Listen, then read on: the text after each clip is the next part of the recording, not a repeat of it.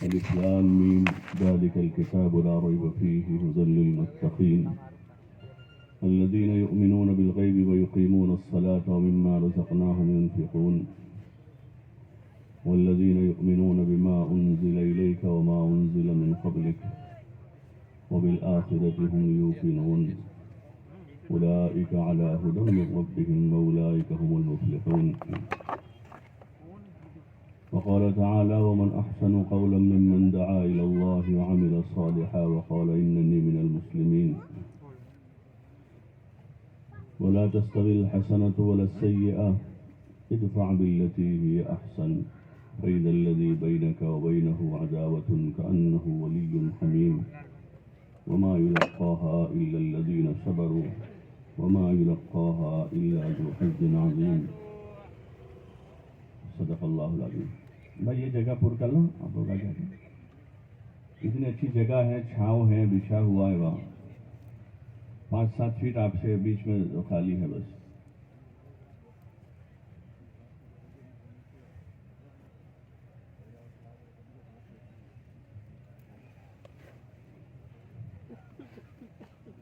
محترم دوست اور بزرگوں, اللہ جل جلالہ وعمن والہ کا بے انتہا فضل ہے, اللہ ہی کا احسان ہے. اس نے ہمیں انسان بنایا, اشرف المخلوقات بنایا ہے. یہ ایک بہت بڑا شرف ہے ہمارے لیے.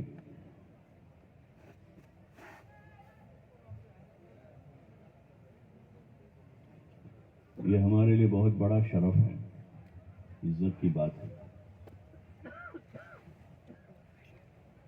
اور پھر اللہ تعالیٰ نے ایمان کی نعمت عطا فرمائی ہے, جو سب سے قیمتی سرمایہ ہے. اس ایمان کی بنیاد پر دنیا میں خوشگوار زندگی نصیب ہوتی ہے, اور ماں بعد موت کے جتنے مرحلے ہیں, جتنی منزلیں ہیں, اس سب منزلوں میں آسانی ایمان کی وجہ سے ہوگی. جس کے پاس ایمان ہوگا اس کے لیے قبر میں, حشر میں آسانی اور سہولت ہوگی. اور جس کے پاس ایمان نہیں ہوگا, سب سے پہلے دنیا کی زندگی جو ہے وہ تنگ ہو جائے گی. باوجود دنیا کی وسعتوں کے, باوجود مال دولت کے, باوجود زمین اور جاگیر کے, اور قسم قسم کے اسباب کے ہوتے ہوئے بھی آدمی پریشان ہوگا. ساری چیزیں موجود ہونے کے بعد. اس لیے کہ دنیا میں سکون کا ذریعہ جو ہے وہ اللہ کا نام ہے, جس اللہ نے پیدا کیا ہے. الا بذکر اللہ تطمئن القلوب. کان کھول کر سن لو کہ دلوں کا اطمینان اللہ کے نام میں ہے. بھائی مولوی صفا 2-4 آدمی بھیجو اور بند کراؤ ساری دکانیں, تب یہ مجمع یہاں آئے گا. اور یہ بازار یہاں نہیں ہوتا کبھی بھی.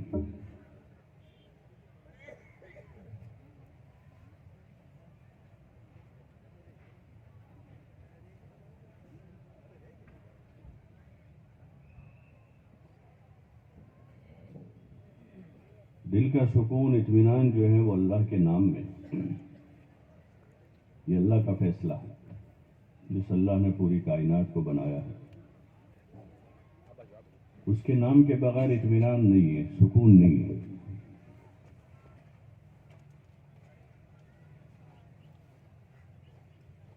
اور ایمان کی جگہ دل ہے. لا الہ الا اللہ محمد رسول اللہ ایمان کا کلمہ جو ہم نے پڑھا ہے, اور اس کے ٹھہرنے کی جگہ دل ہے. دل میں جگہ پکڑتا ہے. جب دل میں جگہ پکڑتا ہے تو پھر جسم کے اعضاء صحیح چلتے ہیں. ہر عضو اللہ کے حکم کے مطابق چلیں گے. آنکھیں وہی دیکھیں گی جو اللہ چاہتا ہے, کان وہی سنیں گے جو اللہ چاہتا ہے, زبان وہی بولے گی جو اللہ چاہتا ہے, قدم اسی راستے پر چلیں گے جو اللہ چاہتا ہے. جب دل میں کلمہ اترتا ہے, اور جب دل میں کلمہ نہیں اترتا, ایمان اندر نہیں ہوتا, تو پھر یہ سارے اعضاء اپنی مرضی سے استعمال ہوتے ہیں, اپنے آپ چلتے ہیں, چاہتوں کے تابع, خواہشوں کے تابع چلتے ہیں. اور دنیا میں ہم کو اللہ تعالیٰ نے حکم دیا ہے کہ ہم اللہ کے حکم کے تابع چلیں, اللہ کی مرضی کے مطابق زندگی گزاریں. جو اللہ کی مرضی پر زندگی گزارے گا, اللہ تعالیٰ سب سے پہلے اس کی دنیا بنائے گا. پہلا یہ ہوگا کہ دنیا بن جائے گی. دین کے ذریعے سے سب سے پہلے دنیا بنتی ہے. جب زندگی میں دین آتا ہے تو پہلے دنیا بنتی ہے. لیکن پہلی بات یہ ہے کہ دنیا کا بننا بگڑنا, جیسے اس وقت لوگ سمجھ رہے ہیں, وہ بننا بگڑنا نہیں ہے. اس وقت کا تصور یہ ہے کہ بہت زیادہ پیسہ ہو, بہت بڑا گھر ہو, زمین جاگیر ہو, اور 4 پہیے والی گاڑیاں ہو, تو دنیا بن گئی. دنیا کا بننا یہ نہیں ہے. ایک انسان کی دنیا کا بننا کہ اس کی ضرورتیں آسانی سے پوری ہو جائیں. ایک انسان ہے, اس کی جو ہوائی جو ضروریات ہیں وہ آسانی کے ساتھ پوری ہو رہی.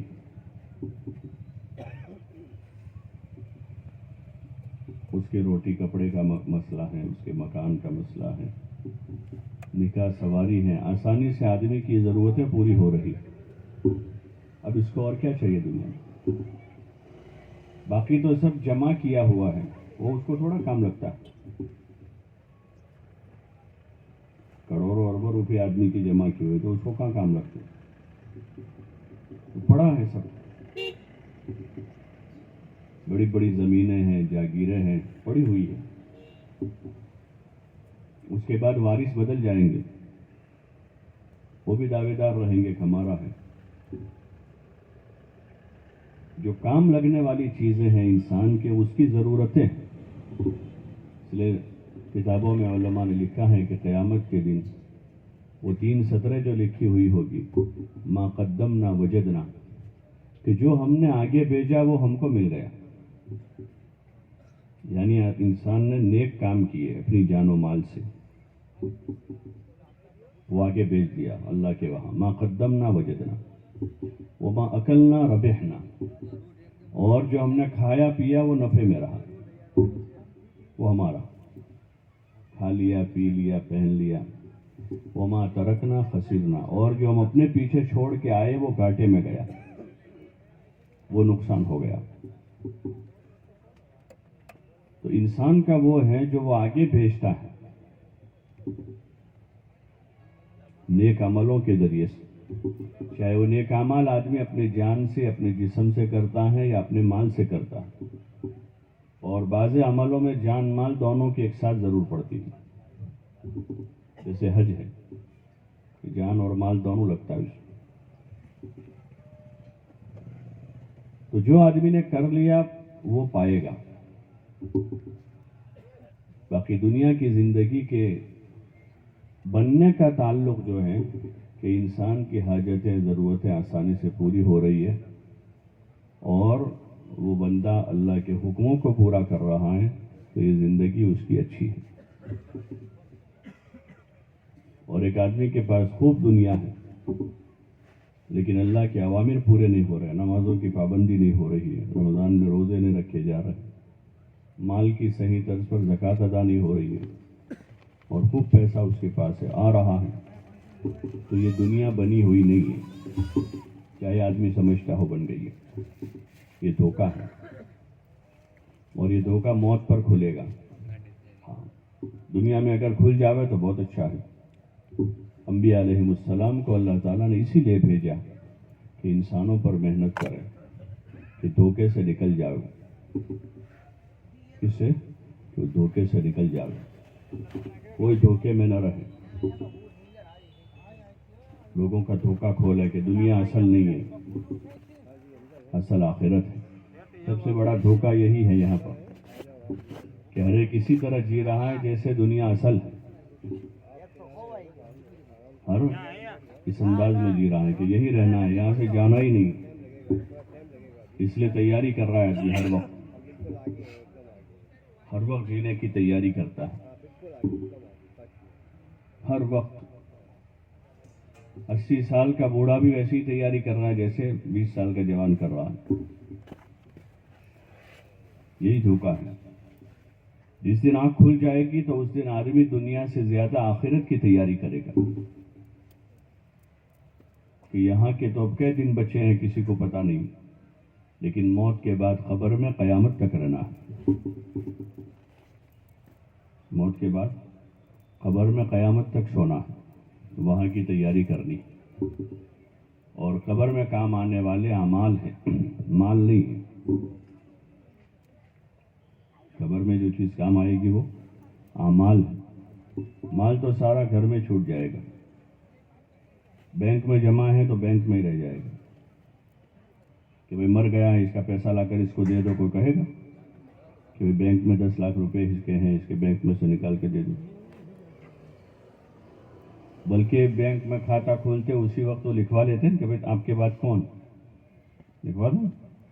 کیا کہتے اس کو؟ نومینی. ہاں کہ بھئی اگر آپ مر گئے چلے گئے تو یہ کس کے؟ تو آپ کے تو اسی وقت ہیں جب تک آپ زندہ ہیں.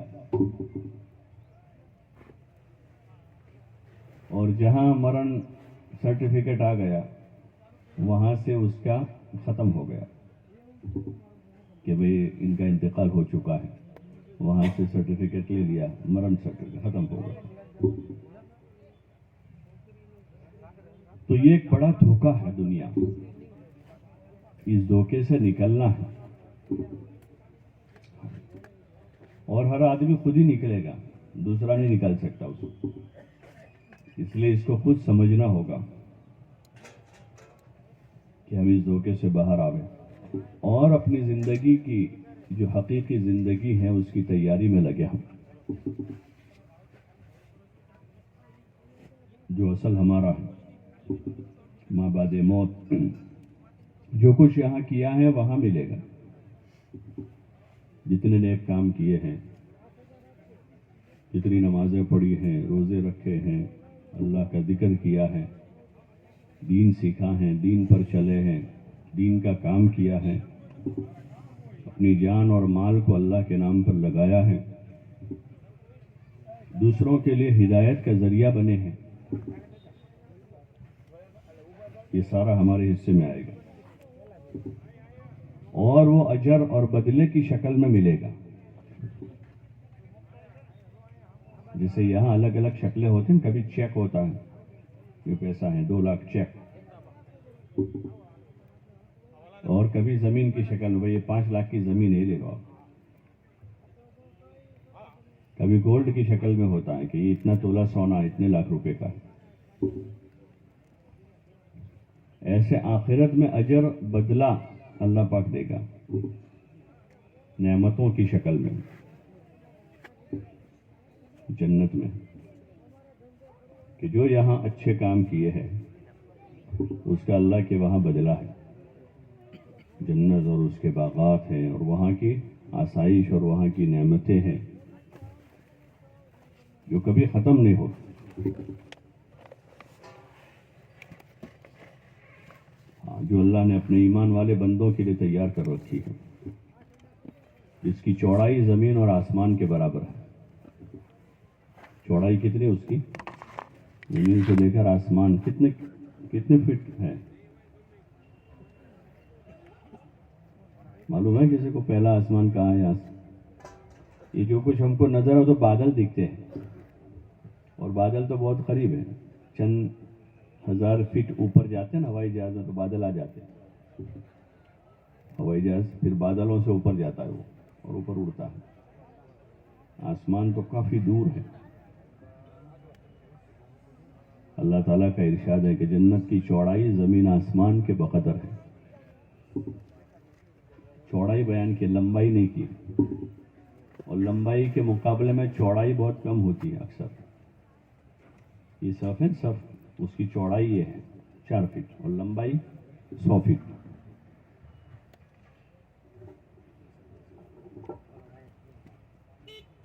کافی بڑی جنت اللہ نے تیار کی ہے اپنے ایمان والے بندوں کے لیے. وہ اصل حیات ہے، اصل زندگی ہے. اس لیے یہاں پر عقل مند وہی ہے جو اپنی آخرت کی تیاری کرے اور اچھے اچھے کام کر لے. الکیس من دان نفسہ، آپ علیہ الصلوۃ والسلام کا ارشاد ہے. الکیس من دان نفسہ وعمل لما بعد الموت، کہ عقل مند وہ ہے جو اپنی نگرانی کرے، اپنے آپ پر قابو رکھے، اپنی ذات پر قابو رکھے، کھانے میں، پینے میں، چلنے پھرنے میں، کمانے میں، بولنے میں، سننے میں قابو رکھے. کیا بولنا ہے، کیا نہیں بولنا ہے، کیا سننا ہے، کیا نہیں سننا ہے، کیا کھانا ہے، کیا نہیں کھانا ہے، کیا کمانا ہے، کیا نہیں کمانا ہے، کہ قابو رکھے اچھی طریقے سے. وعمل لما بعد الموت، اور ما بعد موت میں کام آوے ایسے عمل کرنا جو ما بعد موت کام لگے، ایسے کام کرے. ہم سوچیں کہ ہم ایسے کام کتنے کرتے ہیں جو ہم کو ما بعد موت کام لگے، اور کرتے ہیں تو وہ کیسے ہیں، صحیح ہیں، غلط ہیں، علم کی روشنی میں ہیں، جہالت کے ساتھ ہیں، اللہ کے لیے کرتے ہیں یا دکھاوے کے لیے کرتے ہیں. کرنے والوں کا بڑا مسئلہ یہ ہے پھر کہ یہ عمل اللہ کے لیے ہے یا اپنے لیے ہے یا شہرت کے لیے ہے، بڑا بننے کے لیے ہے. آدمی کس لیے کر رہا ہے؟ اس لیے کہ وہ اس کے شرائط کے ساتھ قبول ہوتا ہے. دنیا کے میں بنی ہوئی چیزیں بھی اس کی شرائط کے ساتھ لوگ اس کو قبول کرتے ہیں. بگڑی ہوئی چیز کوئی نہیں لیتا، کمزور چیز کوئی نہیں لیتا. پرانی ہو جاتی ہیں تو نہیں لیتے لوگ، پرانی ہو گئی ہے، بگڑی ہوئی ہے، کمزور ہے، کلر ٹھیک نہیں ہے اس کا. بہت سی چیزیں اس لیے ریجیکٹ ہوتی ہیں، کلر اچھا نہیں، پسند نہیں آتا ہم.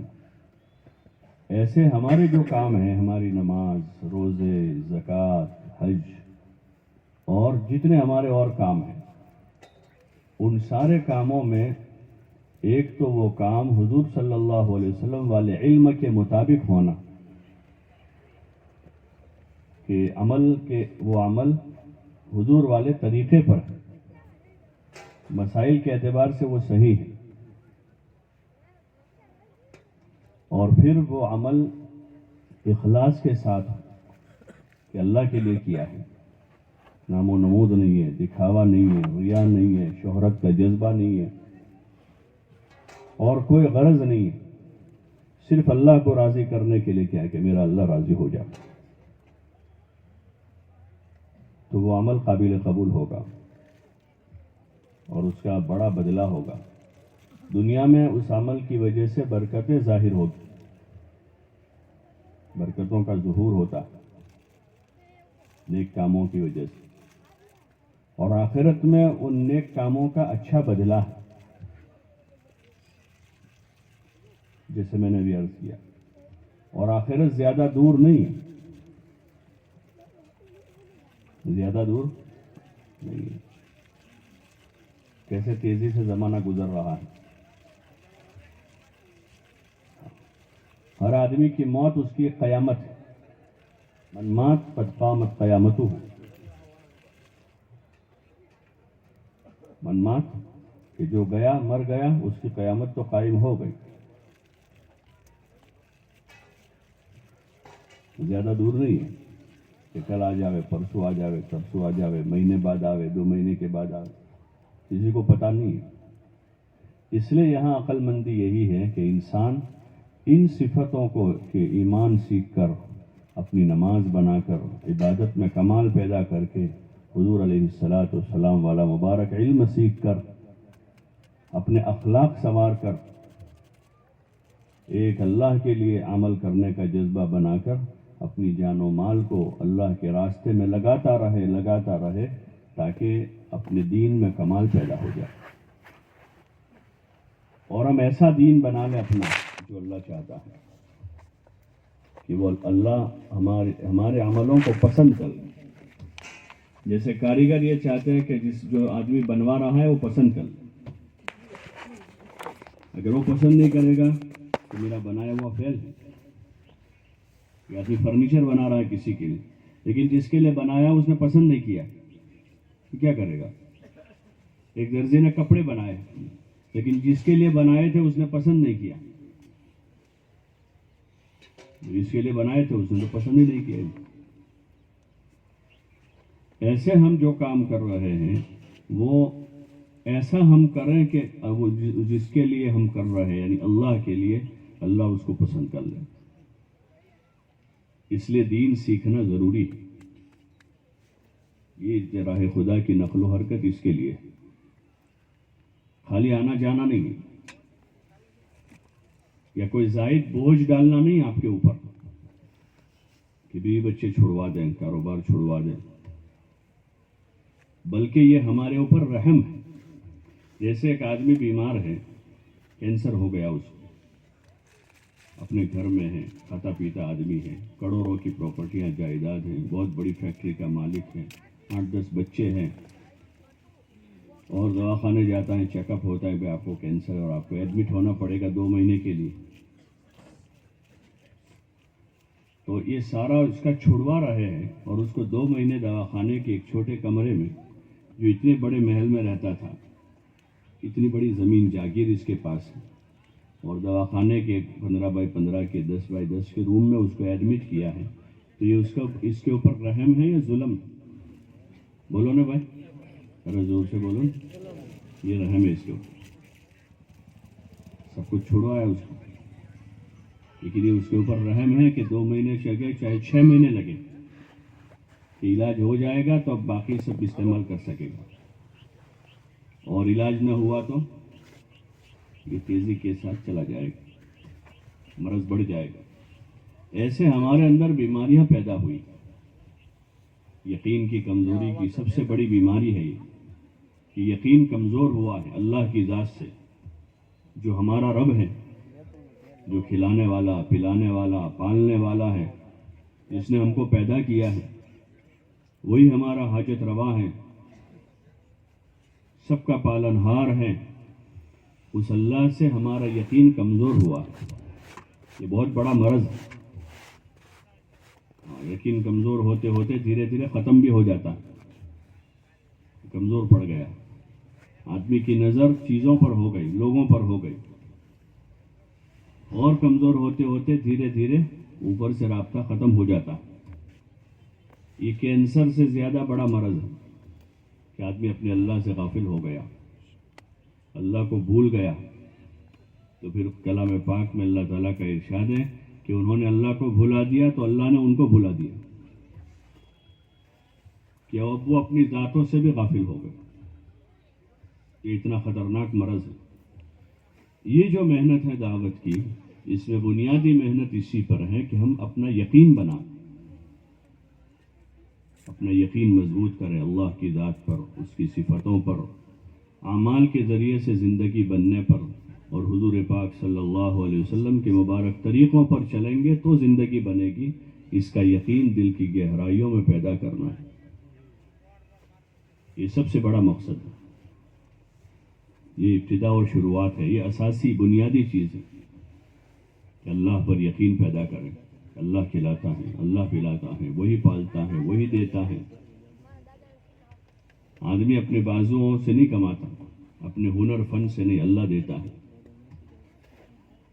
یہ بہت بڑی چیز ہے کہ دل کے اندر ہی جس کو یہ یقین ہوگا وہ اطمینان سے زندگی گزارے گا، اور یقین نہیں ہوگا تو ہر وقت پریشان پھرتا رہے گا،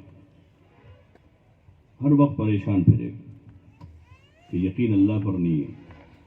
یقین کا ضعف جو ہے وہ آدمی کو دنیا میں بھی چین سے نہیں رہنے دیتا۔ اس لیے جماعت میں نکل کر جو پہلی چیز سیکھنی ہے وہ یقین سیکھنا ہے، اور یہ عملی چیز ہے، صرف سننے سے نہیں آ جائے گا۔ پریکٹیکل ہوتا ہے، جیسے ڈرائیونگ پریکٹیکل چیز ہے۔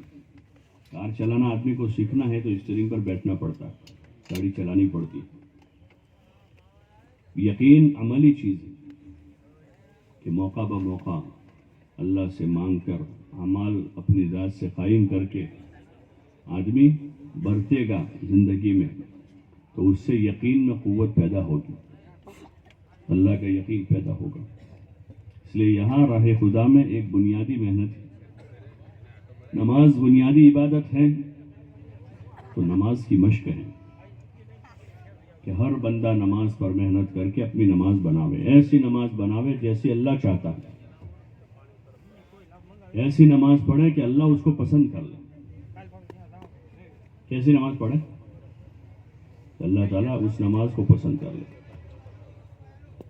ہاں، کیونکہ اللہ کے لیے نماز پڑھنی، اب اطمینان سے نماز پڑھیں گے، سکون سے پڑھیں گے، باجماعت ادا کریں گے، کیونکہ اللہ تعالیٰ نے نماز باجماعت کا حکم دیا ہے، وقت متعین پر پڑھنے کی تاکید کی ہے کہ نماز باجماعت، اور ہر نماز کے اوقات طے ہوئے۔ یہ ظہر کا وقت ہے، یہ عصر کا، یہ مغرب، یہ عشاء، یہ فجر، وقت متعین پر ہے۔ اس لیے نماز پر محنت کر کے اپنی نماز میں کمال پیدا کرنا ہے۔ کیا کرنا ہے؟ بولو نا بھائی، اپنی نماز میں کمال ایسی بنانی ہے جس کو اللہ پسند کر لے۔ اور اللہ تعالیٰ نے کیسی نماز مانگی ہے؟ آپ صلی اللہ علیہ وسلم نے ارشاد فرمایا، صلو کما رأیتمونی اصلی، کہ تم ایسی نماز پڑھو جیسا تم مجھے نماز پڑھتے دیکھو، حضور صلی اللہ علیہ وسلم۔ تو حضور صلی اللہ علیہ وسلم کو صحابہ نے دیکھا تھا،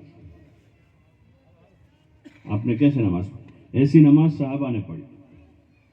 پھر صحابہ کو تابعین نے دیکھا، انہوں نے ان کے جیسی پڑھی۔ تابعین کو تابعین نے دیکھا، انہوں نے ان کے جیسی پڑھی۔ ایسے سلسلہ چلتا آ رہا ہے۔ ایسے ہی ہے کہ قیام ہے، رکوع ہے، پھر سجدہ ہے، قاعدہ ہے۔ لیکن اس کا جو طریقہ ہے، جیسے قیام کرنے کا طریقہ ہے، تو اچھی طریقے سے آدمی صحیح سنت کے مطابق قیام کرے، سنت کے مطابق رکوع کرے، سنت کے مطابق سجدے کریں، اور اطمینان سے نماز ادا کریں۔ نماز بنی، اب زندگی بننے پر پڑے گی۔ نماز برائیوں بے حیائیوں سے روکتی ہے۔ ان الصلاۃ تنہی عن الفحشاء والمنکر، کہ نماز برائیوں اور بے حیائیوں سے روک دیتی ہے، کہ نماز بننے پر پڑی ہے۔ اب دیگر گناہوں سے بھی آدمی دھیرے دھیرے دھیرے بچ جائے گا، اس لیے نماز سیکھنی ہے۔ اور حضور والا مبارک علم سیکھنا ہے، آپ کا مبارک علم جو سارے جہان کے انسانوں کے لیے مفید ہے، وہی اصل علم ہے جو آسمان سے اترا ہے۔ ایشور وانی کہتے ہیں جس کو گجراتی میں، کہتے ہیں کہ آسمان سے اتری وہی ہے، وہی حضور صلی اللہ علیہ وسلم پر اترا اللہ کا کلام ہے، قرآن شریف، اور آپ کی حدیث، آپ نے جو بیان کی، آپ نے جو باتیں بتائی ہے، کہ وہ باتیں ساری انسانیت کی ضرورت ہے،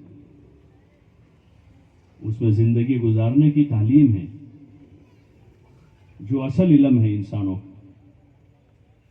باقی جو علم ہے وہ تو چیزوں سے متعلق ہے، زمین میں کیا ہے، اور ستارے کہاں ہیں، سمندر میں کیا ہیں، جنگلوں میں کیا ہیں، وہ اللہ کی بنی ہوئی مخلوق سے متعلق نالج ہے۔ اور ایک علم وہ ہے کہ جو علم انسانوں کی رہبری کرتا ہے زندگی گزارنے میں،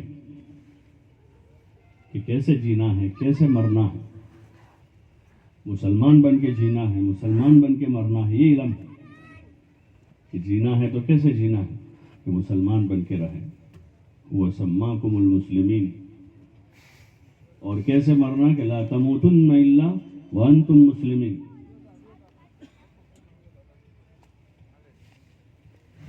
کہ اس حالت میں موت آوے کہ سچے پکے مسلمان ہیں، اپنے دین پر ہیں، اللہ کے حکم پر ہیں، حضور صلی اللہ علیہ وسلم کے طریقے پر، اس حالت میں موت آ رہی، دنیا سے آدمی اس حالت میں جا رہا کہ سچا مسلمان۔ یہ علم ہے جو سب کی ضرورت ہے، چھوٹوں کی، بڑوں کی، پڑھے لکھوں کی، ان پڑھوں کی، تاجروں کی۔ اگر اس علم کے بغیر زندگی گزار رہے ہیں تو جہالت میں، اور جہالت میں آدمی نقصان ہی اٹھاتا ہے، جہالت میں آدمی گھاٹا کھا جاتا ہے۔ مارکیٹ کا پتہ نہیں تھا، آدمی نے خریدی کر لی جہالت کے ساتھ، سستی چیزیں مہنگے دام میں لے کر آ گیا، تو یہ نفع اٹھائے گا نقصان اٹھائے گا؟ بولو نا بھائی، نقصان اٹھائے گا کہ جہالت میں خریدی کر لی۔ ایسے جہالت میں زندگی گزار دی تو جہالت میں نقصان اٹھائے گا کہ جاہل کا ٹھکانہ جہنم ہے۔ جاہل کا ٹھکانہ کیا ہے؟ کہ جہنم ہے۔ اس لیے علم حاصل کرنا جو ہم کو نفع پہنچاوے اور اپنے اخلاق بنانے ہیں تاکہ ہم لوگوں کے ساتھ دنیا میں صحیح زندگی گزار سکیں، ہمارے اخلاق ٹھیک ہوں، اور اللہ کے لیے کرنا ہے۔ اس کے لیے اس وقت جو بھائی جا رہے ہیں، ابھی کتنے ہیں؟ ذرا کھڑے ہو جاؤ، جماعت میں جانے والے کھڑے ہو جاؤ اپنی جگہ پر، جو جماعتوں میں جا رہے ہیں کھڑے ہو جاؤ، ذرا اپنی جگہ کھڑے ہو جاؤ۔ 1 2 3 4 5 7 9 10 11 آپ لوگ آگے آ جاؤ نا، ذرا ان کے لیے جگہ کا، آپ بھی آگے آ جاؤ، آگے آ جاؤ، اور آگے آ جاؤ، اور آگے آ جاؤ، بالکل یہاں میرے سامنے آ جاؤ، تخت کے سامنے، یہ جگہ ہے۔ آپ لوگ تھوڑے پیچھے ہو لیں، ان کے لیے جگہ بنا، اللہ آپ کو جزائے خیر دے۔ تھوڑے بیٹھے تھوڑے پیچھے ہو جاؤ، بیٹھے، اور آپ لوگ آگے آ جاؤ، جو جماعتوں میں اس وقت جا رہے ہیں، چاہے 4 مہینے میں جا رہے ہیں، چلے میں جا رہے ہیں،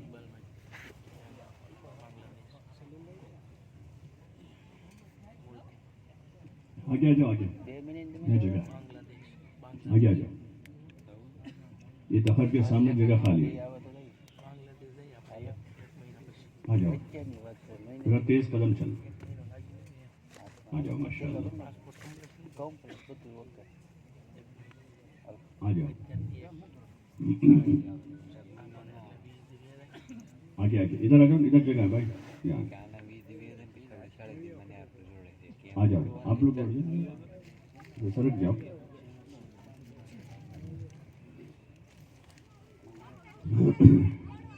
تو یہ ان صفتوں سے ابتدا ہے ہماری،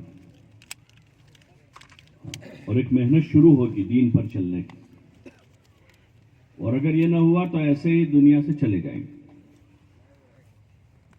دین سیکھے بغیر، جہالت کے ساتھ، غفلت کے ساتھ، ہر ایک جاتا ہے، ہم بھی چلے جائیں گے، کوئی ٹھہرے گا نہیں یہاں۔ اس لیے اچھی فرصت ہے، اچھا موقع ہے، موت سے پہلے اس کو ہم غنیمت سمجھ لیں۔ جو اس وقت جا رہے ہیں، اللہ پاک ان کے نکلنے کو آسان فرماوے، قبول فرماوے، اللہ ان کی مدد فرماوے، اور باقی جو حضرات ہیں ان سے ہماری گزارش ہے کہ تاخیر نہ کریں، دیر نہ کریں، موت کا کسی کو پتہ نہیں، دین سیکھنے میں غفلت نہ برتیں، دین سیکھنا ہر ایک کے اوپر فرض ہے، دین سیکھنا فرض ہے، پہلا فریضہ ہے کہ آدمی اپنا ایمان سیکھے، نماز سیکھے، علم حاصل کرے، صاحب مال ہے تو زکوٰۃ کا علم سیکھے، صاحب مال ہے حج سیکھ کر حج کریں، یہ فرض ہے اس کے اوپر، اور لوگوں کے ساتھ برتنا، معاملات ہیں، تجارت کاروبار میں، معاشرت ہے، بیوی بچے اور گھر بار میں، یہ بنیادی علم ہے جو ہر آدمی کے اوپر اس کا سیکھنا فرض ہے، اس سے غفلت نہیں برتنی، بلکہ اس علم کو سیکھ کر اس علم کے مطابق زندگی گزارنی۔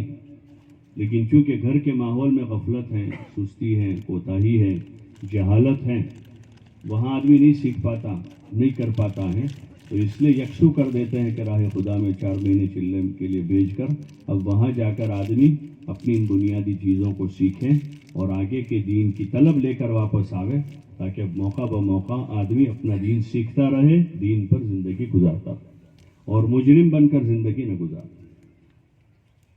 اللہ کی رحمت کے سائے میں رہے۔ تو جب بھی موت آوے تو ایک اچھی موت آوے، دنیا سے آدمی جاوے تو تیاری کے ساتھ جاوے۔ اس لیے اس وقت جو جا رہے ہیں اللہ پاک ان کے نکلنے کو آسان فرماوے، قبول فرماوے، نیت اچھی لے کر جائیں۔ ہر کام میں بنیاد نیت، انما الاعمال بالنیات وانما لکل امرئ ما نوی، کہ عملوں کا دار و مدار نیتوں پر ہے۔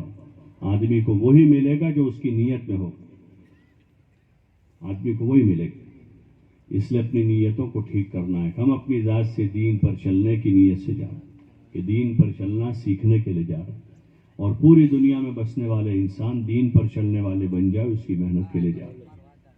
اپنی ذات سے دین پر چلنا ہے، پوری انسانیت دین پر چلنے والی بن جائے، اس کی محنت لے کر جا رہا ہے۔ اپنی جان اور اپنے مال سے سفر ہوتا ہے۔ ہر آدمی اپنے پیسے لے، اپنی جان لگاوے۔ اپنے پاس نہیں ہے تو قرض لے سکتا ہے۔ دین سیکھنے کے لوگ علاج کے لیے قرض کرتے ہیں، شادی میں قرض کرتے ہیں، گھر بنانے کے لیے قرض کرتے ہیں، اور چاہتے پوری کرنے کے لیے قرض کرتے ہیں۔ دین سیکھنا یہ تو بنیادی ضرورتوں میں سے۔ اگر آدمی اپنے پاس نہیں ہے تو پھر اپنا انتظام کر لے، اپنی جان مال لے کر نکلے، تاکہ کسی سے مانگنا نہ پڑے، سوال نہ کرنا پڑے، کسی پر بوجھ نہ بننا پڑے۔ اپنا دین ہم اپنی جان مال سے سیکھیں گے۔ جماعت کی شکل ہوتی ہے 10-12 آدمیوں کی جماعت، ایک کو ذمہ دار بناتے ہیں۔ مشورے سے جن کو ذمہ دار بنا دیا جاوے، سارے ساتھی ان کی اطاعت کریں اور اطاعت کے ساتھ اپنا وقت لگاویں۔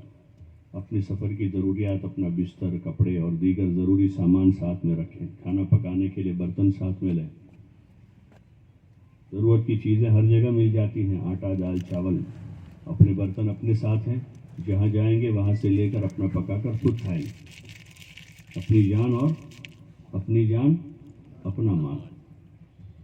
جماعت کی شکل میں سفر کریں گے، سنتوں کی پابندی کے ساتھ۔ ہر کام کو سنت کے مطابق کرنا، ہر کام کو سنت کے مطابق۔ یہی سے اس کی مشق شروع کر دے، جو اصل بنیادی چیز ہے۔ دین پر چلنا سیکھنا ہے تو دین کیا ہے؟ حضور کا طریقہ ہے۔ ہر کام کو آپ کے طریقے پر کرنا ہے۔ آپ کیسے سفر کرتے تھے، آپ کیسے کھاتے تھے، آپ کیسے بیٹھتے تھے، کیسے چلتے تھے، ہر کام کی سنتوں کا مذاکرہ کریں۔ ہر عمل، سفر سے پہلے سفر کی سنت ہے، کھانے سے پہلے کھانے کی سنت، سونے سے پہلے سونے کی سنت۔ غسل کر رہے ہیں تو کسی سے مذاکرہ کر رہے، غسل میں کیا سنت ہے ذرا بتاؤ مجھے۔ نماز پڑھ رہے ہیں تو نماز سے پہلے کسی سے پوچھ رہے بھائی نماز میں کیا کیا سنتیں ہیں، تاکہ ہمارا عمل صحیح ہو جائے۔ اللہ تعالیٰ نے ہم کو اسی کا مکلف کیا ہے کہ ہم حضور صلی اللہ علیہ وسلم کی سنت کا اتباع کریں ہر کام میں۔ اس محنت میں وہی بنیادی چیز ہے، ایک طرف یقین پیدا کرنا ہے اللہ کی ذات پر، تو دوسری طرف یقین پیدا کرنا ہے حضور صلی اللہ علیہ وسلم کی مبارک سنتوں پر کامیابی کا یقین پیدا کرنا۔ یقین بھی بناتے ہوئے عملی طور پر ہر کام کو سنت کے مطابق کرنے کی مشق کریں۔ سفر میں بھی اسی طرح کریں گے، سکون وقار کے ساتھ سفر کریں گے، ذکر کے ساتھ سفر کریں گے، نمازوں کی پابندی کے ساتھ سفر کریں گے۔ نماز قضا نہ ہو جائے سفر میں بھی نماز قضا نہ ہو۔ سفر میں اگر مسافت شرعی ہے تو قصر ہو جاتی ہے نماز، سفر میں نماز قصر ہو جاتی ہے، بجائے ظہر عصر عشاء کی 4 کے بجائے 2 ہو جاتی۔ باقی جو وتر جو ہے واجب ہے، اور فجر کی سنتیں جو ہیں وہ سفر میں بھی ضروری، لیکن قضا نہیں کرنی۔ اس کا خیال کرنا ہے کہ نماز قضا نہ ہو جائے۔ اعمال کے ساتھ سفر کرے، دعوت دیتے ہوئے، سیکھتے سکھاتے ہوئے، اور ذکر عبادت کرتے ہوئے، ایک دوسروں کی خدمت کرتے ہوئے، شور شرابہ نہ کریں۔ یہ مسلمانوں کا طریقہ نہیں کہ سفر میں شور شرابہ ہو، ہنگامہ ہو، جہاں کھڑے ہو گئے ٹولہ لگا لیا، جہاں جائے بازار لگا دیا۔ یہ طریقہ نہیں ہے۔ سکون ہے، وقار ہے۔ حضور صلی اللہ علیہ وسلم طریقہ بتایا، کھانے پینے کا طریقہ بتایا، سونے جاگنے کا طریقہ بتایا، چلنے پھرنے کا طریقہ بتایا۔ اگر حضور کے طریقے پر یہ کام ہوں گے تو پھر برکتوں کے دروازے کھلیں گے، زندگیوں میں سکون محسوس ہوگا۔ اللہ کی مدد شامل حال ہو. اس لیے سفر اس طرف ہے. منزل آ جاوے ہماری، سامان دیکھ لے، ساتھیوں کو دیکھ لے. سفر میں احتیاط سے رہے، اپنے جان مال کی، اپنے سامان کی حفاظت کرے. اس لیے سارے ساتھی ایک ساتھ رہے. چاہے 10 سیٹوں پر 12 کو بیٹھنا پڑے، جگہ کم ہے تو بجائے کہ ادھر 2 کو بھیجا ادھر بھی، اس کے بجائے ایک ہی جگہ رہے. اس میں ایمان اعمال کی بھی سلامتی ہے اور جان مال کی بھی سلامتی. پہلی کوشش تو یہ کرے کہ ایک ہی جگہ سب کا انتظام ہو جائے. نہیں ہوا تو اب ایک جگہ پر سیٹ ہو جاؤ. پرائیویٹ سواریاں بھی ہو، کوشش کرے ایک سواری میں بیٹھے، لیکن زیادہ آدمی ایک میں نہیں آئیں گے تو 2 کر لو.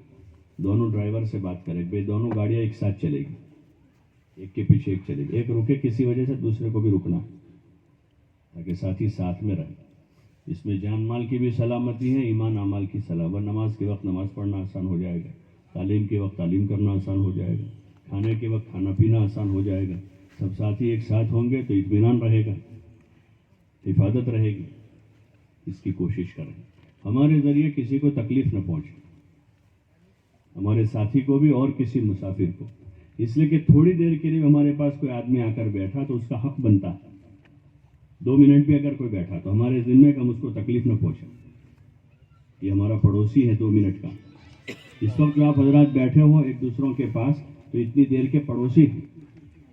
اس میں سے بہت سے ہوں گے جو اس سے پہلے کبھی پاس نہیں بیٹھے، آج ابھی مجلس میں بیٹھ گئے. کوئی کسی گاؤں کا ہے، کوئی کسی گاؤں کا ہے، لیکن جتنی دیر بیٹھے ہیں اتنی دیر کا وہ پڑوسی ہے. اس کے ذمے ہے کہ اس کو تکلیف نہ پہنچاؤ. اپنے ہاتھ سے، اپنے پیر سے، اپنی زبان سے، اپنی کسی چیز سے بھی اس کو راحت پہنچے، اس کی فکر کرنا. سفر میں اس کا خیال کرے. جب منزل آ جائے دعا پڑھتے ہوئے، اپنا سامان دیکھتے ہوئے، ساتھیوں کو بھی دیکھ لے. اتر کر دوبارہ سامان چیک کر لے، ساتھی گن لے کتنے ہیں، پورے ہیں. بعض مرتبہ رات کا وقت تھا، کوئی آدمی سوتا رہ گیا، ہم اتر گئے، پریشانی ہو جائے گی. سارے ساتھی کھڑے ہو کر نیتوں کی تجدید کرے کہ ہم کیوں جا رہے ہیں. جیسے ابھی نیت بنائی کہ ہم اپنی ذات سے دین پر چلنا سیکھنے کے لیے جا رہے ہیں، کہ دین پر چلنا سیکھیں اور امت دین پر چلنے والی بنے، اس کی محنت کے لیے جا رہے ہیں. اللہ نے جیسے ہم کو نکلنے کی توفیق دی، جس بستی میں جاوے اتر کر یہ نیت کریں کہ یہاں سے بھی زیادہ سے زیادہ لوگ راہ خدا میں نکلیں. اس کی نیت کریں. سامان ایک طرف لگا کر اس کے ارد گرد کھڑے ہو جائیں. ہمیشہ بس اسٹینڈ پر، ریلوے اسٹیشن پر یا اور ایسی پبلک اسٹینڈ پر جہاں کہیں سامان رکھا ہے تو سامان ایک طرف، ہم ایک طرف، اس طرح نہ رہے. جہاں سامان ہو وہیں ہم بھی کھڑے رہیں. جہاں سامان ہے بیچ میں سامان رکھتے ہیں، اس کے اطراف میں کھڑے. بیٹھنے کا موقع ہے بیٹھ جائے، بیٹھنے کا موقع نہیں ہے تو کھڑے رہیں. سامان بیچ میں ہو، اس میں حفاظت ہے. اور پھر دعا کر لیں مختصر، اللہ کی مدد شامل حال کریں. بستی میں داخل ہونے کی مسنون دعا پڑھ لیں. پھر کوشش کریں کہ پیدل چلیں. کیسے چلیں؟ پیدل. حتی المقدور اس کی کوشش کریں کہ پیدل چلیں. پیدل چلنا بھی ایک عمل ہے. اللہ کے لیے ہم چل رہے ہیں، ذکر کرتے ہوئے، دعائیں مانگتے ہوئے، لوگوں کے درمیان سے گزر رہے ہیں. کسی کو ہم سلام کر رہے ہیں، کوئی ہم کو سلام کر ہم جواب دے رہے ہیں. ہاں، یہ ایک عملی دعوت ہے. یہ اس طرح سے حضور والی سنت کے ساتھ اور اللہ کی نسبت کے ساتھ کہ راہ خدا میں ہے، ذکر فکر کے ساتھ، زبان پر ذکر ہیں اور دلوں میں اپنی اور عالم کی ہدایت کی فکر ہے، اس کے ساتھ چل رہے ہیں. یہ چلنا بھی خیر کا ذریعہ ہے. جس زمین سے گزریں گے وہ زمین ہمارے لیے گواہی دے گی کہ ہمارے یہاں سے اللہ کا نام لیتے ہوئے گزرے تھے. جس درخت پتھر کے پاس سے گزریں گے وہ درخت و پتھر بھی قیامت میں گواہی دیں گے. اس یقین کے ساتھ عمل اور اس کے اوپر ملنے والے نفع کے یقین کے ساتھ پیدل چلے. چلتے چلتے بہت سے لوگ ملیں گے، ان کو سلام کریں گے، وہ ہم کو سلام کریں گے. محلے میں پہنچتے پہنچتے 2-5 لوگ آ جاتے ہیں، کوئی جماعت آئی ہے، ساتھ ہو جاتے ہیں. ان کو اپنے ساتھ لے لیں، مسجد میں جا کر اپنی ضروریات سے فارغ ہوں اور 2 رکعت وضو کی، 2 رکعت نماز مسجد کی، 2 رکعت وضو کی، 2 رکعت مسجد کی. تحیۃ الوضو، تحیۃ المسجد پڑھ لیں. مکروہ وقت ہے تو نہ پڑھیں اور پھر مشورے کے لیے بیٹھ جاؤ اور غور و فکر کریں. کیا غور و فکر کرنا؟ کھانا نہیں ہوتا تو لوگ کھانے کو تلاش کرتے ہیں. ہر ایک آدمی فکر میں لگتا ہے کچھ کھانا ملے. کوئی ہوٹل ہے, کوئی کینٹین ہے, کوئی ریسٹورنٹ ہے. کچھ نہیں ہے تو کیا ہے, کوئی پھل کی لاری ہے. کرتے ہیں نا کچھ نہ کچھ, کھانا کو بھوک لگی ہے تو کھانے کو سوچتے ہیں. ہم ہدایت کے طالب ہیں, دین سیکھنے کے لیے نکلے ہیں. امت دین پر چلنے والی بن جائے, اس کی محنت کے لیے نکلے ہیں, تو ہم اس پر غور فکر کریں گے. کھانے والے کھانے کو سوچتے ہیں, ایک لاری والا گراہک تلاش کرتا ہے, مال لے کر آیا ہے, وہ فکر کرتا ہے کہاں بیچوں. گلی میں جاتا ہے, کبھی بازار میں جاتا ہے, کبھی محلے سے گزرتا ہے, کبھی یہاں جاتا ہے, کبھی وہاں جاتا ہے, سوچتا ہے, پھرتا ہے. یہی ہوتا ہے. کبھی یہ گاؤں جاتا ہے, کبھی وہ گاؤں جاتا ہے. تو اس کا ہدف ہے مال بیچنا ہے, نفع کمانا ہے. ہم ہدایت کے طالب ہیں اور پوری انسانیت کی ہدایت کے طالب ہیں, تو مشورے میں اس پر غور فکر کریں گے کہ ہمیں بھی اور پوری انسانیت کو کیسے ہدایت دی جائے. اب جس مسجد میں ہے اس مسجد کے اطراف میں ہم کو کام کرنا ہے ابھی, اس لیے کہ یہ اصولی بات ہے کہ جس مسجد میں قیام, جس جگہ قیام وہیں کام. جہاں ٹھہرے ہیں اس کے قرب و جوار میں کام کرنا ہے. 2 دن 3 دن وہاں ٹھہرے, پھر آگے جاؤ. 2-3 دن وہاں ٹھہرے, پھر آگے جاؤ. جہاں قیام ہے وہیں کام کرنا ہے. اس کے لیے تدبیر سوچیں, اپنے ساتھیوں کی 2-2 3-3 کی جماعتیں بنا کر اس مسجد کے اطراف میں جو مسلمانوں کے گھر ہیں 200 250 300, ان کے گھر گھر جا کر ایک ایک مسلمان سے ملاقات کا نظام بناؤ. یہ ہمارے اس کام میں بہت ضروری کام ہے. ایک ایک کے پاس جا کر اللہ کے واسطے ملنا. ہم کھانے پینے کے لیے نہیں جا رہے, کھانا پینا تو گھر میں بہت تھا. راحت آرام کے لیے جا رہے ہیں کہ راحت آرام تو گھر سے زیادہ اچھا کس کو ملتا ہے. گھر کے جھونپڑا بھی اگر گھر ہے کسی کا, تو اس کو جو آرام اپنے جھونپڑے میں ملے گا وہ مسافر کو کسی ہوٹل میں نہیں ملے. کہ آرام کے لیے تو اس کا جھونپڑا زیادہ اچھا تھا. تو ہم سونے کے لیے نہیں جا رہے ہیں. کھانا سونا ہماری ضرورت تو وقت پر پورا کریں گے, لیکن ہمارا مقصد کام ہے. سارے ساتھی فکر مند ہو کر 2-2 3-3 کی جماعتیں بنا کر ایک ایک مسلمان کے پاس جا کر ملاقات کا نظام بنا, اور ایک ایک بھائی کے پاس جا کر ایمان کی بات کریں. ہاں, جو اس وقت کا سب سے بڑا مسئلہ ہے. دنیا اور اس کی رنگریلیاں روزانہ کھل رہی ہیں اور وہ ہمیں لبھا رہی ہے, اپنی طرف کھینچ رہی ہے, اللہ سے غافل کر رہی ہے. تو ایسے موقع پر اللہ کو بولنا ہے کہ اللہ بڑا ہے, اللہ کھلاتا ہے, اللہ پلاتا ہے, اسی نے ہم کو پیدا کیا ہے. وہی اللہ ہماری حاجتیں ضرورتیں پوری کر رہا ہے, اور اسی اللہ کے پاس لوٹ کر جانا ہے. ایمان کو بولنا ہے گھر گھر جا کر, ایک ایک فرد کے پاس جا کر, اور عبادت کو بولنا ہے کہ ہماری زندگی کا مقصد عبادت ہے, کھیل کود نہیں ہے, لہو و لعب نہیں ہے, کھانا پینا مقصد نہیں ہے, راحت آرام یہ مقصد زندگی نہیں, یہ ضرورت زندگی ہے. مقصد اور ضرورت میں اگر فرق نہیں ہوا تو آدمی دھوکے کے ساتھ زندگی گزارے گا اور دھوکے کے ساتھ دنیا سے چلا جائے گا. کہ مقصد اور ضرورت کا فرق نہیں کیا. جیسے چھوٹے بچے ہوتے ہیں, ان کو مقصد ضرورت کا فرق نہیں ہوتا.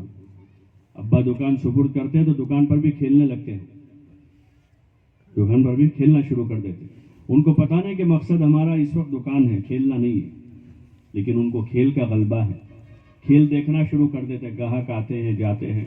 بہت سے لوگ ناراض ہو جاتے ہیں کہ سنی نہیں ہماری بات, ہمارے سامنے دیکھا بھی نہیں, ہم گئے تو. ابا آتے ہیں شکایت کرتے ہیں کہ تم نے کس کو بٹھایا دکان پر. وہ تو کھیلتے رہتے ہیں, سیریل دیکھتے رہتے ہیں, گیم کھیلتے رہتے ہیں, کہ اس کو مقصد ضرورت کا فرق ہی نہیں.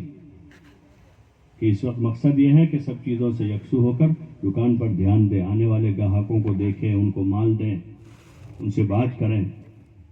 لیکن بچپنا ہے, ایسے ہم سب کا بچپنا ہی چل رہا ہے. ابھی تک ہم کو بھی پتہ نہیں کہ زندگی کا مقصد عبادت ہے. وما خلقت الجن والانس الا لیعبدون, کہ ہم نے جنات و انسان کو صرف اور صرف عبادت کے واسطے پیدا کیا. عبادت زندگی کا مقصد ہے. عبادت کو سیکھنا سمجھنا ہے, اور پھر جس موقع کی جو عبادت ہے اس عبادت میں مشغول ہونا ہے. یہ عقل مندی ہے, یہ سمجھداری ہے.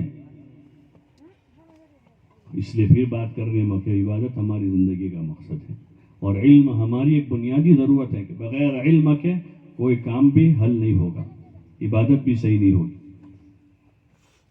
علم اور ذکر اور اخلاق ہر مسلمان سے بات کرنی، اس کی ضرورت اور اہمیت سمجھانی ہے ان چیزوں کی، اور ہر ایک کو ترغیب دینی ہے کہ اس کو سیکھنے کے خاطر راہ خدا میں نکلے۔ جتنے دن ہم وہاں رہے اپنے پاس بلاویں، اپنی تعلیم میں، اپنے گشتوں میں، مذاکروں میں، ملاقاتوں میں، اپنے کھانے پینے میں ان کو شریک کریں، اپنے ناشتے میں شریک کریں، مقامی لوگوں کو اپنے ساتھ ان کو بلاویں۔ ہم اسی نیت سے وہاں جائیں کہ ہم اپنا کھلائیں گے ان کو، ہم بھی کھائیں گے ان کو بھی کھلائیں گے، ان کو اپنے ساتھ بٹھائیں گے، ایمان کی بات کریں گے، اعمال کی بات کریں گے، ان کا ذہن بنائیں گے، اور ان کو بھی راہ خدا میں نقد نکلنے کے لیے تیار کریں گے، 4 مہینے کے لیے، 40 دن کے لیے، کم از کم 3 دن کے لیے۔ 10 مسجدوں میں اگر قیام ہوا 2 3 دن، تو 10 مسجدوں سے اگر 3 دن کی 10 جماعتیں نکلے گی تو 100 آدمیوں کے 3 دن لگیں گے۔ اگر صحیح محنت ہو گئی تو ان 100 میں سے اگر آدھے 50 بھی تیار ہو گئے تو 50 آدمی 4 مہینے کے لیے تیار ہو جائے، آدھے نہیں ہوئے 25% ہوئے تو 25 آدمی ہو جائے گے، 2 جماعتیں بن جائے گی 4 مہینے کی۔ ترتیب کے ساتھ محنت میں اپنا وقت گزارے، لایانی سے اپنے آپ کو بچاوے، فضولیات سے بچاوے، اپنا وقت محنت میں گزارے۔ ہاں، یہ ایک گشت ہے، گھر گھر جانا، ایک ایک سے ملنا، ایک ایک بھائی کو بات سمجھانا۔ بہت سے لوگ بات سننا پسند نہیں کریں گے، ان کو سلام مصافحہ کریں گے، محبت کے ساتھ بات کریں گے، ہاں، بات کی اہمیت سمجھائیں گے۔ گھبرانا نہیں ہے، بلکہ ہمت کے ساتھ جانا ہے، اپنی بات پیش کرنی ہے۔ انبیاء علیہ السلام کے ساتھ بھی یہی معاملہ ہوا کہ لوگوں نے ان کو دھتکار دیا، گالیاں دی، پریشان کیا، لیکن وہ جمے رہے۔ ہاں، اس لیے یہ ایک بنیادی عمل ہے راہ خدا میں نکل۔ ایسے ہی خصوصی گشت ہے کہ وہاں کے جو بااثر لوگ ہیں ان کے پاس جاویں، ان کو اپنی ذمہ داری کا احساس دلاویں۔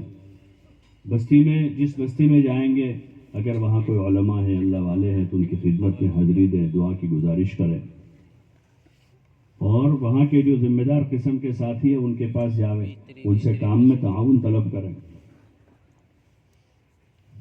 اس طریقے سے یہ گشت ہیں۔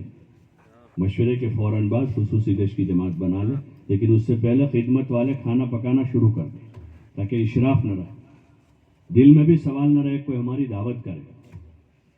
اپنا انتظام کرتے ہوئے چلے، ہمیشہ کوئی دعوت کرے تو استغنا کے ساتھ قبول کریں۔ استغنا کے ساتھ یعنی کہ ہمارے دل میں بھی سوال نہیں، نہ ہماری زبان پر سوال ہے، نہ ہم دل سے چاہتے تھے کہ ہم کو کوئی کھلاوے، لیکن پھر بھی اگر کوئی مسلمان بھائی آ کر پیش کر رہا ہے کہ ہم آپ کی دعوت کرنا چاہتے ہیں، تو ان سے پہلے تو معذرت کرے کہ ہم تو سب انتظام کر کے آئے، ہم پکائیں گے، ہم کھائیں گے، آپ ہمارے ساتھ شریک ہو جاؤ، اور اتنا وقت آپ ہم کو محنت میں ساتھ دیتے۔ آپ دعوت کریں گے، 2 4 گھنٹے آپ کے لگیں گے خدمت میں، وہ وقت آپ ہم کو دے دیں تاکہ کچھ ملاقاتیں ہو جائے، ورنہ ہمارے 2 ساتھی طے ہی وہ خدمت کر رہے ہیں، پھر بھی وہ کہہ رہے ہیں کہ نہیں آپ ہماری بات قبول کر لو، تو پھر آگے اصرار ہے ان کا، تو ہم استغنا کے ساتھ قبول کریں، اشراف کے ساتھ نہیں۔ اشراف یعنی دل کے سوال کے ساتھ، کہ اندر سے ہی اندر بھائی کہ کوئی آ جاوے، اور ہم نے خدمت کے ساتھی بھی طے کیے، انتظار کر رہے ہیں بھائی کوئی آوے تو ٹھیک ہے، نہیں آوے تو ہم پکا لیں گے، یہ اشراف ہے۔ بلکہ ہمارے دل میں اس کا واہمہ بھی نہ ہو کہ کوئی کھلائے، بلکہ ہم اپنا لگائیں گے، ہم کھلائیں گے، خدمت والوں کو لگائیں، خصوصی گشت کریں، درمیان تعلیم شروع کر دیں۔ تعلیم ایک بہت بنیادی عمل ہے، تربیت کا عمل ہے۔ ہاں، تعلیم میں ہمیں اللہ رسول کی باتیں سننی ہیں، جو حق باتیں ہیں، سچی باتیں ہیں، حق اور سچی باتیں، اللہ کی بات، اللہ سے زیادہ سچا کوئی نہیں۔ اللہ کی باتوں کو ہمیں دھیان سے سننا ہے۔ کیسے سننا ہے؟ اور گھنٹوں بھر سننا ہے۔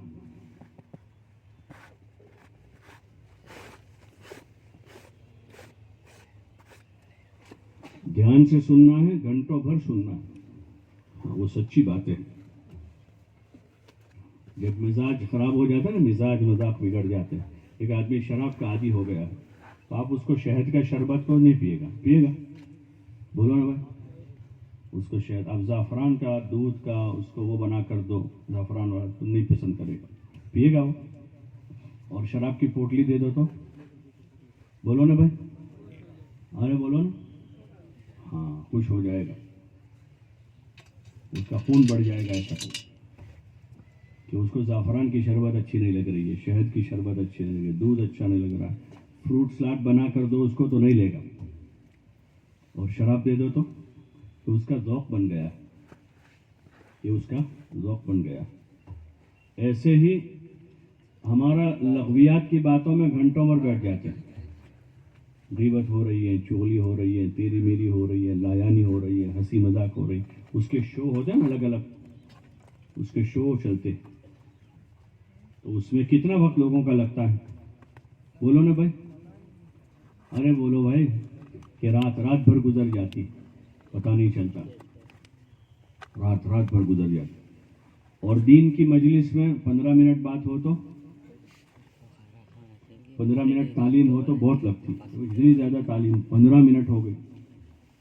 جمعہ کے دن بیان ہو جائے 20-25 منٹ تو وہ اتنا لمبا بیان، کیونکہ ذوق بگڑا ہوا ہے۔ کیا بگڑا ہوا ہے؟ ذوق بگڑا ہوا ہے۔ لایانی میں آدمی گھنٹہ 2 گھنٹہ گزارتا ہے، سیریل میں اور گیم میں اور پتہ نہیں کس میں، اللہ ہماری حفاظت فرما دے، اس میں گھنٹوں گزر جاتے ہیں، لیکن اللہ کی بات جو سچی بات ہے، جنت کی بات، جو جنت حق ہے، سچ ہے، اس میں مزہ نہیں ہوتا۔ اس لیے یہ تعلیم کے حلقوں میں بیٹھ کر اپنا مزاج بنانا ہے، جو بگڑا ہوا مزاج ہے اس کو ختم کر کے صحیح مزاج بنانا ہے کہ ہم اچھی باتیں سننے والے ہوں، اچھا سنیں گے تو اچھا سوچیں گے، اچھا بولیں گے۔ اس وقت جو ہماری سوچ خراب ہوئی اور بول خراب ہوئے ہیں، اس کی وجہ یہ ہے کہ ہم نے غلط سنا ہے، سنا غلط، ہاں لایانی سنی ہے، غفلت سنا ہے، اللہ کے غیر کو سنا ہے، برائیاں سنی ہیں، گناہوں کو سنا ہے، اس لیے سوچ بھی ویسی بن گئی اور بول بھی ویسے ہی نکلتے ہیں زبان سے۔ اس لیے تعلیم کے حلقے قائم کیے گئے کہ تعلیم کے حلقوں میں اللہ کی بات، قرآن کی آیتیں ہیں، اس کا ترجمہ لکھا ہے حضرت شیخ نے، اس کی تفسیر لکھی ہے، حضور پاک صلی اللہ علیہ وسلم کے ارشادات اور آپ کے ارشادات کی تشریح لکھی ہے، حضور علیہ السلام اور صحابہ کی زندگی کے مبارک واقعات ہیں، اور پھر تابعین، تبع تابعین اور اللہ کے نیک بندوں کے قصے ہیں۔ یہ اچھی باتیں ہیں۔ تعلیم کے حلقوں میں گھنٹوں بھر بیٹھ کر دھیان سے سننا، ہاں اگر چند دن دھیان سے سن لیا تو دل کی کیفیت بدل جائے گی، گناہوں کی نفرت پیدا ہوگی، نیک اعمال کی رغبت پیدا ہوگی، دل میں نرمی آئے گی، دل میں نرمی پیدا ہوگی۔ اس لیے گزارش ہے دونوں وقت دھیان سے گھنٹوں بھر بیٹھیں، تھک نہ جاویں، ہار نہ جاویں، جماویں اپنے آپ۔ ابتدا میں قرآن شریف کے حلقے لگاویں، فضائل قرآن میں سے 1-2 حدیثیں پڑھ کر قرآن شریف کا سیکھنا سکھانا بہت ضروری ہے۔ یہ اللہ کا کتاب، اللہ کی کتاب ہے، کلام الہی ہے، اور نماز میں جتنا پڑھنا ہے اتنا سیکھنا تو فرض ہے۔ تصحیح کریں اپنے قرآن کی، یہ ضروری کاموں میں سے ہے کہ ہم قرآن شریف کو صحیح کریں، ایک آیت کر کے سورہ فاتحہ، پھر چھوٹی چند صورتیں صحیح کریں، پھر دھیرے دھیرے اور آگے بڑھے، پورے قرآن شریف کو صحیح کرنا ہے۔ لیکن چونکہ اجتماعی حلقے میں نئے پرانے ہر قسم کے لوگ ہوتے ہیں، اس لیے 10 صورتوں پر مشق کرتے رہیں، باقی انفرادی اوقات میں باقی قرآن شریف کو صحیح کریں۔ جن کا صحیح ہوا ہے وہ دھیرے دھیرے تھوڑا کر کے مزید صورتیں یاد کریں، سورہ یاسین شریف یاد کریں، سورہ ملک یاد کر لیں، سورہ کہف یاد کریں، اور جتنا اللہ توفیق۔ ابتدا ہوگی ہماری سورہ فاتحہ سے۔ اس طرح قرآن کا حلقہ روزانہ لگا، اور فضائل کی کتابوں میں سے پڑھنا ہے، اور 6 صفات کا مذاکرہ، جیسے بھی میں نے ایمان، نماز، علم، ذکر، اکرام، اخلاص اور راہ خدا کی محنت، اس کے فضائل کی روشنی میں مذاکرہ اس نیت سے کریں کہ 6 نمبر ہماری زندگی میں آ جائے۔ اسی طرح شام کو عمومی گشت کرنا ہے روزانہ۔ دیہی علاقوں میں لوگ جلدی آ جاتے ہیں تو عصر بعد قابو میں آ جاتا ہے، اور شہروں میں بڑے قصبوں میں لوگ دیر سے آتے ہیں تو مغرب بعد قابو میں آتا ہے۔ اس وقت زیادہ لوگ محلے کے ملتے ہیں، ایسے وقت میں عمومی گشت کرنا ہے، 2 نمازوں کے بیچ کا وقت فارغ کریں۔ گشت کی اہمیت، ضرورت، فضیلت بتا کر گشت کے لیے جماعتیں بناویں، اور اس گشت میں نقد لوگوں کو لانا تیار کر کے، اور پھر عشاء کے بعد بات کر کے ان کی تشکیل ہوں۔ صبح سے اگر جماعت نے خصوصی گشت میں، عمومی ملاقاتوں میں، تعلیمی گشتوں میں محنت کی ہے تو شام ہوتے ہوتے انشاءاللہ چند لوگ نقد تیار ہو جائیں گے۔ بیان ہوگا، بیان کے بعد تشکیل ہوگی تو کھڑے ہوں گے، ان کو دیکھ کر اور دوسرے تیار ہوں گے اور جماعت مکمل ہو جائے گی۔ صبح سے شام تک محنت ہوگی تو 3 دن کی جماعت تو آسانی سے بن جائے گی، اور اسی کے ساتھ چلے 4 مہینے کی تشکیل چلتی رہی تو دن بھر میں 2-4 نام آ جا گئے، دوسرے دن 2-4 نام اس کے آئے، تیسرے دن آئے، 3 دن ایک طرف 3 دن میں 3 جماعتیں 3 دن کی جائے گی، تو دوسری طرف 3 دن کے بعد ایک جماعت چلے 4 مہینے کی ضرور بن جائے گی۔ اس لیے جم کر اس کی محنت کریے۔ ایک بہت بنیادی کام ہے، 5 گشتوں کے ذریعے سے لوگوں میں چل پھر کر خوب اللہ کی، آخرت کی، دین کی دعوت دینا اور اللہ کے بندوں کو دین کی محنت کے لیے نقد تیار کرنا، یہ ایک بہت بنیادی کام ہے۔ اس پر پوری جماعت محنت میں لگے۔ رات میں جلدی آرام کر لیں، عشاء کے بعد اب کوئی کام نہیں، سو جاؤ۔ اس لیے یکسو رہیں، ایران توران کی باتوں میں، لایانی میں، بازار میں پھرنے چرنے سے اپنے آپ کو بچاوے، اور اس وقت موبائل اس سے اپنے آپ کو بچاوے کہ اس سے ہمارا بہت سارا وقت ضائع ہو جائے گا۔ یکسوئی باقی نہیں رکھی۔ جماعت میں جانے کے بعد بھی آدمی گھر پر ہے، روزانہ گھر سے فون آ رہا ہے، بچوں کا، بیوی کا، بھائیوں کا، دوستوں کا، تو آدمی کا ذہن تو وہیں پر ہے۔ اس وقت آپ دیکھو کہ ذہنی اعتبار سے اکثر لوگ یکسو نہیں ہیں۔ اس کی وجہ وہ ہے کہ 24 گھنٹے جیب میں فون ہے۔ صبح بیوی سے بات ہوئی، دوپہر میں بچے سے بات ہو رہی، شام کو پوتے سے بات ہوئی، صبح نوازے سے بات ہو رہی۔ ایک دن بھی پورا یکسوئی سے نہیں گزرتا، تو نہ عبادت میں مزہ ہے، نہ دنیا کے کسی کام میں آدمی یکسو ہے۔ اس لیے جو سیٹ لوگ ہیں ان کو نوکروں سے شکایت ہے کہ ہر وقت فون میں لگے رہتے ہیں۔ ارے ہے نہیں شکایت، اتنے بھی اس نوعیت کے ہیں۔ اس لیے بہت سی کمپنیوں میں تو اصول بھائی کے فون جمع کراؤ، یہاں کاؤنٹر پر فون رکھو، اندر جا کے کام کرو، جب جاؤ اس وقت لے کر جاؤ، کہ یکسو نہیں آدمی۔ اس لیے یکسو ہو جانا ہے دین کے کام کے لیے۔ موبائل چھوڑ دیں، بیوی کو چھوڑ دیا، بچوں کو چھوڑ دیا، گھر چھوڑ دیا، کاروبار چھوڑ دیا، دکان چھوڑ دی، دوستوں کی محفل چھوڑ دی، تو موبائل بھی چھوڑ دیں تاکہ ہمارا فائدہ ہو جائے، یکسوئی باقی رہے۔ رات میں جلدی آرام کر لیں، سنت کے مطابق آرام کریں، اور مسجد میں بغیر موٹا کپڑا بچھائے بغیر نہ سوئے۔ مسجد اللہ کا گھر ہے، شاہی دربار ہے، ہر وقت مسجد کا خیال کریں، دل میں یہ بات ہو ہر وقت کہ ہم مسجد میں کہاں پر ہیں، مسافر ہیں، ہماری مجبوری ہے اس لیے ہم مسجد میں ٹھہرے ہیں۔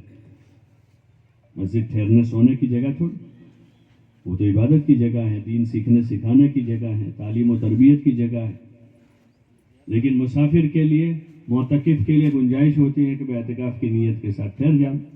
اعتکاف کی نیت کر کے ہم ٹھہرے، ہر وقت یہ کھٹکا رہے کہ ہم مسجد میں ہیں، بولتے ہوئے سوچے کہ مسجد میں ہوں، زور سے نہیں بولیں گے، دنیا کی بات نہیں کریں گے، مسجد میں اللہ کے گھر میں احتیاط کریں گے۔ سونے میں بھی ایک طرف بستر بچھاویں، بیچ میں نہ لگا دیں بلکہ ایک طرف لگاویں، اور کپڑا موٹا یعنی بستر بچھائے بغیر نہ سوئے، ادب کے ساتھ رہے مسجد میں۔ سامان بھی لگایا تو ایک طرف لگا کر اس پر اچھی چادر ڈال دے، حتی المقدور کوشش کریں کہ باوضو رہے، اور ناپاکی کی حالت میں تو بالکل مسجد میں اجازت نہیں، فوراً آدمی جا کر غسل کرے اور پھر مسجد میں آئے۔ مسجد اللہ کا گھر ہے، شاہی دربار ہے، جتنا ادب ہوگا اس کے بقدر آدمی آگے بڑھے گا۔ با ادب با نصیب، با ادب با نصیب، بے ادب بے نصیب۔ بے ادب بن گیا، بے نصیب ہے۔ ہاں، ادب بہت بڑی چیز، مسجد کا ادب کریں، قرآن شریف کا ادب کریں، کتابوں کا ادب کریں، ایک دوسروں کا بھی ادب ملحوظ رکھیں، چھوٹے بڑوں کی تمیز کریں، ہنسی مذاق نہ کریں۔ ہاں، زیادہ ہنسی سے دل مردہ ہو جاتے ہیں، دل مر جاتے ہیں زیادہ ہنسنے سے۔ ہر وقت ہنستے ہی رہنا یہ مطلوب چیز نہیں ہے۔ حضور علیہ السلام کے بارے میں آتا ہے کہ وہ تو ہر وقت متفکر ہوتے تھے، ہاں مسکراتے تھے آپ، لیکن متفکر ہوتے تھے، سوچ میں ہوتے تھے، گہری سوچ فکر میں ہوتے تھے۔ اس لیے اپنے آپ پر قابو رکھیں، لایانی سے بچاویں، کھانے کے وقت کھانا کھا لیں، ایک دسترخوان پر سارے ساتھی کھانا کھا لیں، کھانے کے آداب کے ساتھ کھا لیں، کچھ 19-20 ہو صبر کر لو. حضور علیہ السلام کے بارے میں آتا ہے آپ نے کبھی کھانے میں عیب نہیں لگایا, کبھی بھی کھانے میں عیب نہیں لگایا. ما عاب النبی صلی اللہ علیہ وسلم قط ان اشتہاہ اکلہ وان کرہہ ترکہ, کہ آپ صلی اللہ علیہ وسلم نے کبھی کھانے میں عیب نہیں لگایا. اچھا لگا تو کھا لیا, اچھا نہ لگا چھوڑ دیا. ہو سکتا ہے بھائی کسی کو ٹھنڈا کھانا اچھا نہیں لگتا, کسی کو گرم اچھا نہیں لگتا, تو زیادہ ٹھنڈا تھا اچھا نہیں لگ رہا, طبیعت چلے کھا لے, نہیں چلے چھوڑ دے. کسی کو کوئی چیز اچھی نہیں لگے, کسی کو کوئی چیز اچھی نہیں لگے, طبیعت ہے آدمی کی, تو آدمی کی طبیعت کا کھا لے, نہیں طبیعت ہے چھوڑ دے, لیکن عیب نہ نکالے, اس کے لیے لڑائی نہ کرے, بلکہ صبر کرے. جو اپنی پسند کی کوئی چیز ہے وہ کھا لے. اپنے پاس چنے رکھ لیے, کچھ گڑ رکھ لیا, اور کوئی چیز ایسی اپنے ساتھ رکھ لی, یا اپنی پسند کی جو چیز دسترخوان پر ہے اس میں سے کھا لیا, جو پسند کی نہیں اس کو چھوڑ دیا. روٹی چاول دونوں ہیں, روٹی پسند کی روٹی کھا لے, چاول چھوڑ دو. چاول پسند کے تھے, روٹی چھوڑ دیا, چاول کھا لیا. لیکن عیب نہ لگاوے کھانے میں, اور اس پر اللہ کا شکر کرے. جس وقت جو مل گیا اس پر شکر کرے, جو مل گیا اس پر شکر بڑی چیز ہے, اس سے نعمت میں اضافہ ہوتا ہے. اور ناشکری جو ہے وہ نعمتوں کو چھین جاتی, اس کی وجہ سے نعمتیں چھین لی جاتی. تو اس لیے کھانے کے وقت ایک ساتھ کھانا کھا لے, آرام کے وقت آرام کرے. یہ سب اجتماعی کام ہے, سفر, مشورہ, تعلیم, گشت, 5 وقت کی نمازیں, بیانات اور کھانا سونا, یہ ہمارے اجتماعی کام ہے. اس میں پوری جماعت ایک ساتھ شرکت کرے. یہ تربیت کے کام ہے, اس سے ہماری تربیت ہوگی. ہاں, اور انفرادی جو معمولات ہیں اس کی بھی پابندی کرے. صبح شام تسبیح پڑھیں. تیسرا کلمہ ہے سبحان اللہ, الحمدللہ, لا الہ الا اللہ, اللہ اکبر. یہ تیسرا کلمہ پڑھیں, اور درود پاک پڑھیں 100 مرتبہ, اور استغفار 100 مرتبہ کریں. توبہ کریں اللہ سے, صبح بھی شام کو. تھوڑی دیر الگ بیٹھ جاوے 10-15 منٹ کے لیے کونے میں. صبح فجر میں جلدی اٹھ گئے, تہجد کی نماز پڑھی, توبہ استغفار کیا, دعائیں مانگی اللہ سے, قرآن کی تلاوت کریں گے. لمبا وقت ہوتا ہے فجر کی اذان تک. عموماً اگر تہجد میں جتنا جلدی اٹھے وہ وقت, اور اذان اور اقامت کے درمیان کا 40 منٹ 45 منٹ ہوتے, لمبا وقت ملتا ہے. تو یہ سارے وقت کی قدر کریں. سردیوں کی لمبی راتیں ہیں, کوشش کریں کہ جلدی آرام کر کے جلدی اٹھ جائیں, تاکہ اللہ کی بارگاہ میں ہم کھڑے ہو کر عبادت کر سکیں, دعا مانگ سکیں, استغفار کر سکیں. صبح اٹھ جاؤ. رات جلدی سوئیں گے, جلدی اٹھنا آسان ہو جائے گا. بلکہ ہمیشہ کے لیے اس کی عادت بنانے کی کوشش کریں کہ رات میں جلدی سو جائیں گے, صبح جلدی اٹھ جائیں گے, اور اللہ کے سامنے روئیں گے, اپنے لیے, اپنے گھر والوں کے لیے, پوری امت کے لیے. اور تسبیح بھی پڑھیں گے. تیسرا کلمہ درود شریف دھیان لگا کر پڑھیں گے تو انشاءاللہ اس تسبیح سے بہت فائدہ ہوگا. اللہ سے تعلق پیدا ہوگا, حضور علیہ السلام کی محبت پیدا ہوگی.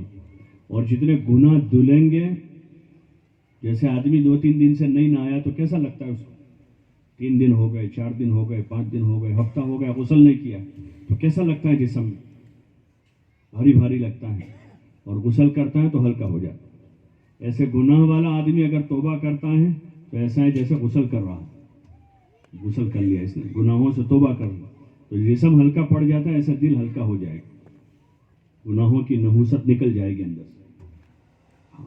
طمانینت کا ذریعہ ہے, برکت کا ذریعہ ہے, رزق میں, اولاد میں, مال میں. استغفار, کثرت سے استغفار کرتے رہے, روتے رہے اللہ کے سامنے کہ اللہ گنہگار ہوں, معاف کر دے, کہ اللہ بہت گناہ کیے, مجھے اپنے فضل سے معاف کر دے.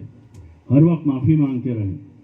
یہ ایک مشق ہے صبح شام 100 مرتبہ, کہ صبح 100 مرتبہ معافی مانگے, شام کو 100 مرتبہ معافی مانگے, تاکہ ہم کو یقین ہو جائے کہ ہم گنہگار ہیں.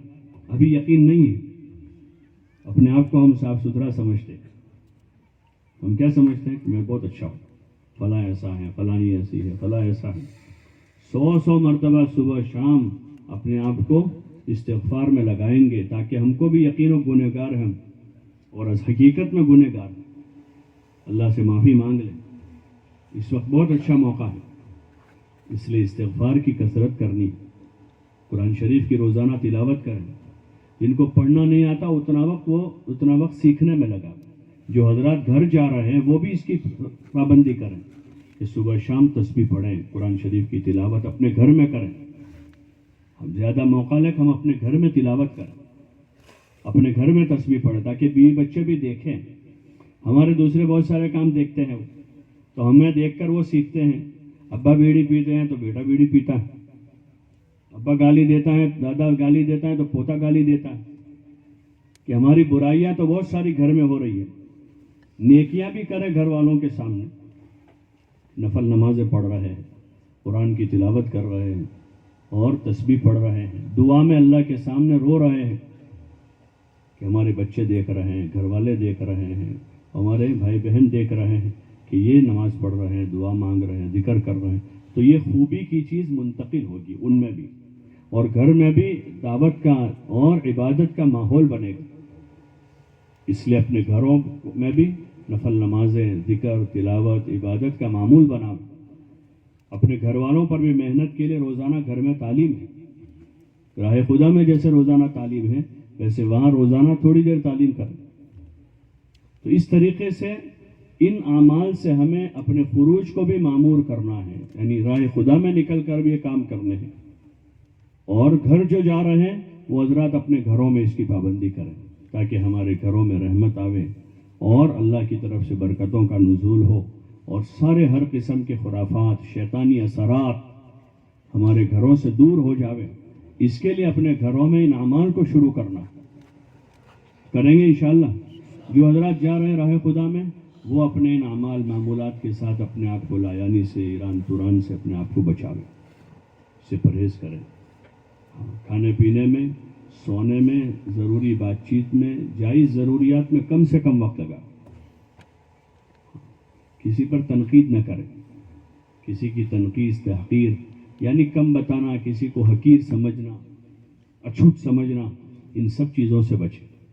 ہر ایک کو اپنے سے بہتر سمجھیں، اپنے ساتھیوں کی خدمت کریں، اپنے ذمہ دار کی خدمت یعنی ان کی اچھی اطاعت کریں، مقامی لوگوں کی خدمت کریں. جہاں بھی ٹھہرے صاف ستھرے رہیں، مسجد کو بھی صاف ستھرا رکھیں. مسجد کی چیزیں ہم استعمال کرتے ہیں، بیت الخلاء وغیرہ، اس کو بھی صاف ستھرا رکھیں. مسجد سے جاوے تو کوئی 5-25 روپے مسجد میں جمع کر دیں کہ ہم نے مسجد کی چیزیں استعمال کی ہیں، بجلی ہم نے استعمال کی ہے، پانی استعمال کیا ہے. کہیں اور جگہ ٹھہرتے ہیں تو دیں گے، ہوٹل میں کتنا پیسہ دیتے ہیں، تو یہاں اللہ کے لیے ہم خوشی سے وہاں اتنا جمع کر دیں کہ ہم نے بھائی استعمال کیا ہے.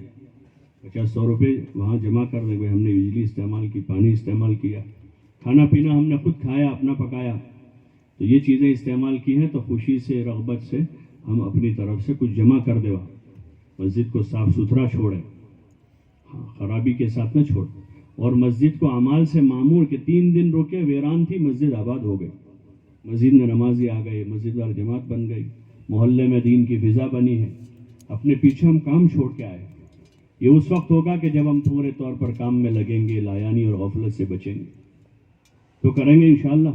اور ہر حال میں اپنے امیر کی اطاعت کریں، اپنے ساتھیوں کی خدمت کریں، ایک دوسروں کی خوبی دیکھیں.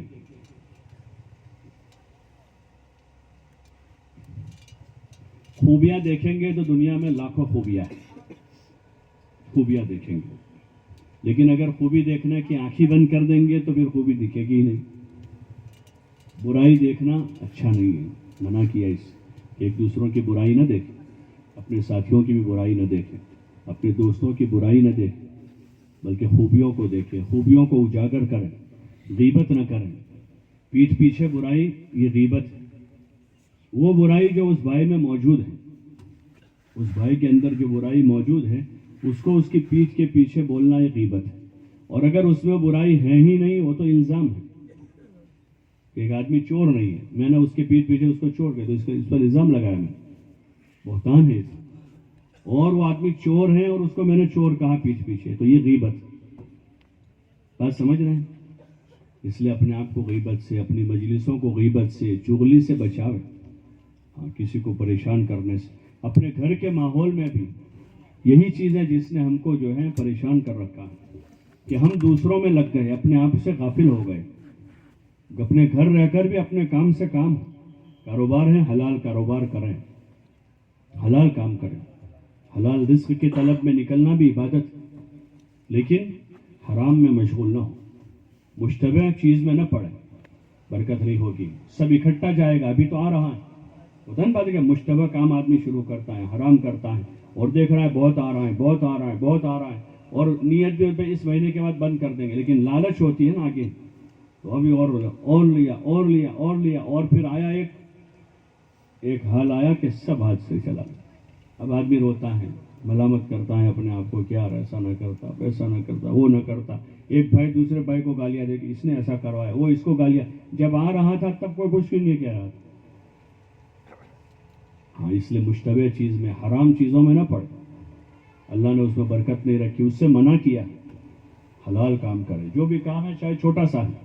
ہمیں تو کاروبار ہمارا بہانہ ہے، روزی تو اللہ ڈالتا ہے اس میں، کاروبار ایک بہانہ، چاہے چھوٹا ہوگا بڑا ہوگا۔ اس لیے دیکھو بہت سارے چھوٹے کاروبار والے فیکٹری والوں سے زیادہ کماتے ہیں، اور بہت سے وہ ہیں جنہوں نے ایک دن بھی محنت نہیں کی، باپ دادا کی میراث میں اتنا کمایا کہ 50 سال فیکٹری چلانے والا نہیں کمایا اتنا، اس نے اس کو مفت میں ملا ہے، ایک دن بھی محنت نہیں کی، کہ روزی مقدر کی، اور رزق مقسوم والحریص محروم، حدیث میں آتا ہے کہ روزی تقسیم ہے، لالچی محروم رہے گا، کہ لالچ نہ کریں، لالچ بری بلا ہے، بلکہ حلال کمائی کریں، عبادت کی پابندی کے ساتھ، نمازوں کے اہتمام کے ساتھ، ذکر و تلاوت کے ساتھ، سچائی اور امانت داری کے ساتھ، اور جو مال اللہ دے رہا ہے حلال راستے سے اس کو حلال جگہوں پر خرچ کرتے رہیں گے۔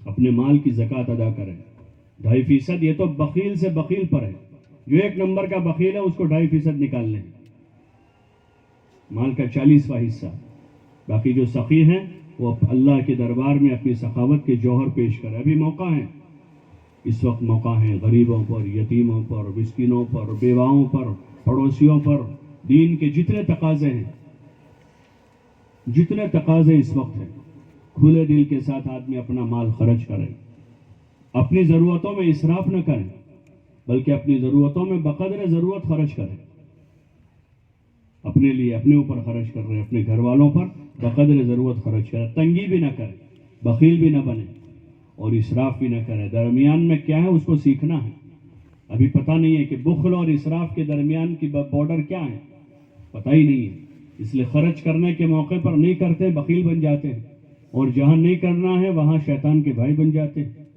شادیوں میں، مکانوں میں، اور پارٹیوں میں، فنکشنوں میں، سیر و تفریح میں، کہ شیطان بھی شرماتا ہوگا کہ سیر و تفریح میں لاکھوں روپے جا رہے ہیں، اور شادیوں میں کروڑوں روپے جا رہے ہیں، اور مکانوں میں کروڑوں روپے جا رہے ہیں۔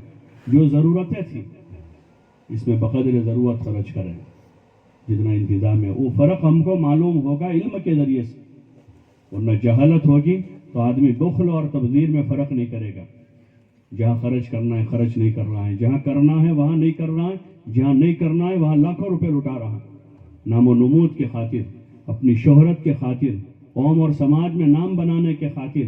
سارے نام مٹ جائیں گے، سارے نام مٹ جائیں گے، ایک نام خدا کا باقی رہے گا۔ جو اپنے نام بنانے کے خاطر جو کر رہا ہے وہ مٹنے والا ہے، چاہے وہ مال لگا رہا ہو، جان لگا رہا ہو، کہ سارے نام مٹنے والے ہیں، ایک اللہ کا نام باقی رہنے والا ہے۔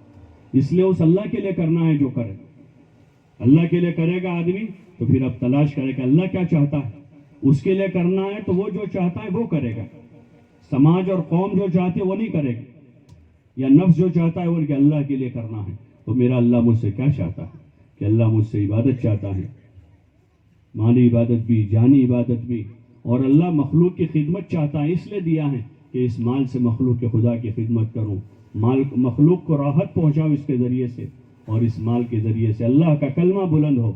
یہ مال وہاں لگے کہ جس راستے سے اللہ کا کلمہ بلند ہو جائے، دین کی نسبت پر اپنی جان اور مال کو لگائیں گے، مقام پر رہتے ہوئے مسجد کے 5 اعمال میں شرکت کریں، ہاں تعلیم میں پابندی کریں، ہر مہینے 3 دن لگائیں، 27 دن اپنی حلال کمائی کے ساتھ 5 نمازوں کی پابندی کریں۔ نماز اہم ترین عبادت ہے، اہم ترین عبادت نماز ہے، اس کی کوشش کریں کہ کسی حال میں ہماری نماز فوت نہ ہو، بلکہ تکبیر اولیٰ فوت نہ ہو۔ طے کرتے ہیں انشاءاللہ. یہ پورا مجمع طے کریں انشاءاللہ کب مستقبل میں جو نماز اہم ترین عبادت ہے کبھی نماز کو فوت نہیں کریں گے. بھائی نیت کرتے ہیں انشاءاللہ. کون کون نیت کرتے ہیں؟ بلکہ کوشش یہ کریں گے تکبیر اولیٰ کے ساتھ پڑھیں گے. اور دوسری کوشش کریں کہ اپنی مسجد کی جماعت کے ساتھ اپنے محلے میں ایسی محنت کریں کہ ہمارے پورے محلے میں کوئی بے نمازی نہ رہے. محبت سے نرمی سے سب کو سمجھاوے, خوشامد کریں, منت کریں. ایک آدمی نماز چھوڑ کر اپنا بہت بھاری نقصان کر رہا ہے. اللہ کی زمین پر سب سے بڑا گناہ فرض نماز چھوڑنا ہے. ہاں, شرک کے بعد سب سے بڑا گناہ یہ ہے کہ آدمی فرض نماز چھوڑ دے.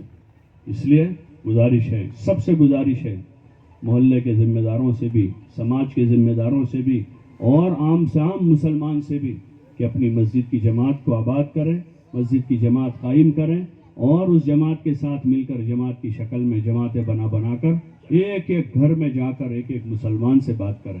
نماز کے اوقات میں ہم مسجد جا رہے ہیں تو راستے میں سے اپنے بھائیوں کو لیتے ہوئے جائیں.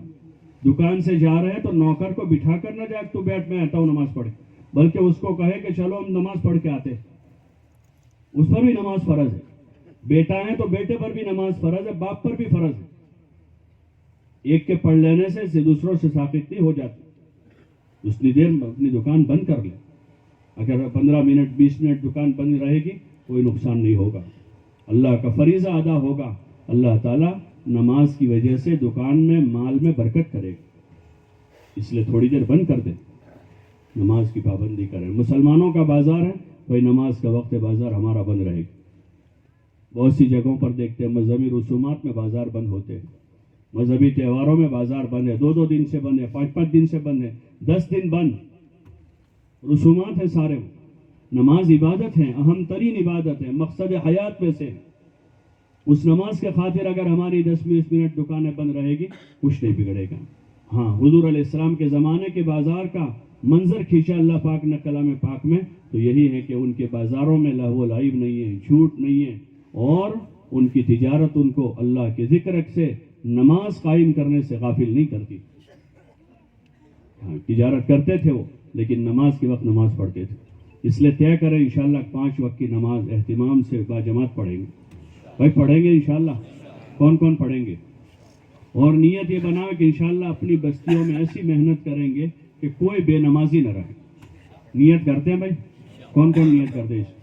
جا کر اس کی فکر شروع کریں. اپنی ذات سے پہلے کریں, اپنے گھر میں محنت کریں, اپنے محلے میں کریں, اور کوئی نہ آوے تو ہم گھبرا نہ جاویں, مایوس نہ ہو جائے. بھائی 2 دن 4 دن بہت کہا پھر تھک گئے, ایسا نہیں.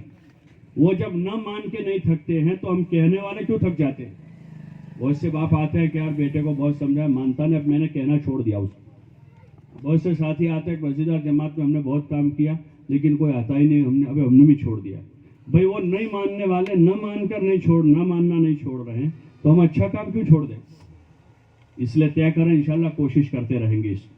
اور گھروں میں تعلیم کریں, ہر مسلمان کے گھر میں فضائل کی تعلیم شروع ہو تاکہ عورتیں بیٹھے, بچوں کو لے کر بیٹھے, گھر کے ذمہ دار لے کر بیٹھے, بچوں میں دینی شعور پیدا ہو, حضور صلی اللہ علیہ وسلم اور صحابہ کی زندگی بنانے کا شوق پیدا ہو, اور گھروں میں وہ دینی ماحول بنے جو ماحول حضور صلی اللہ علیہ وسلم کے زمانے میں.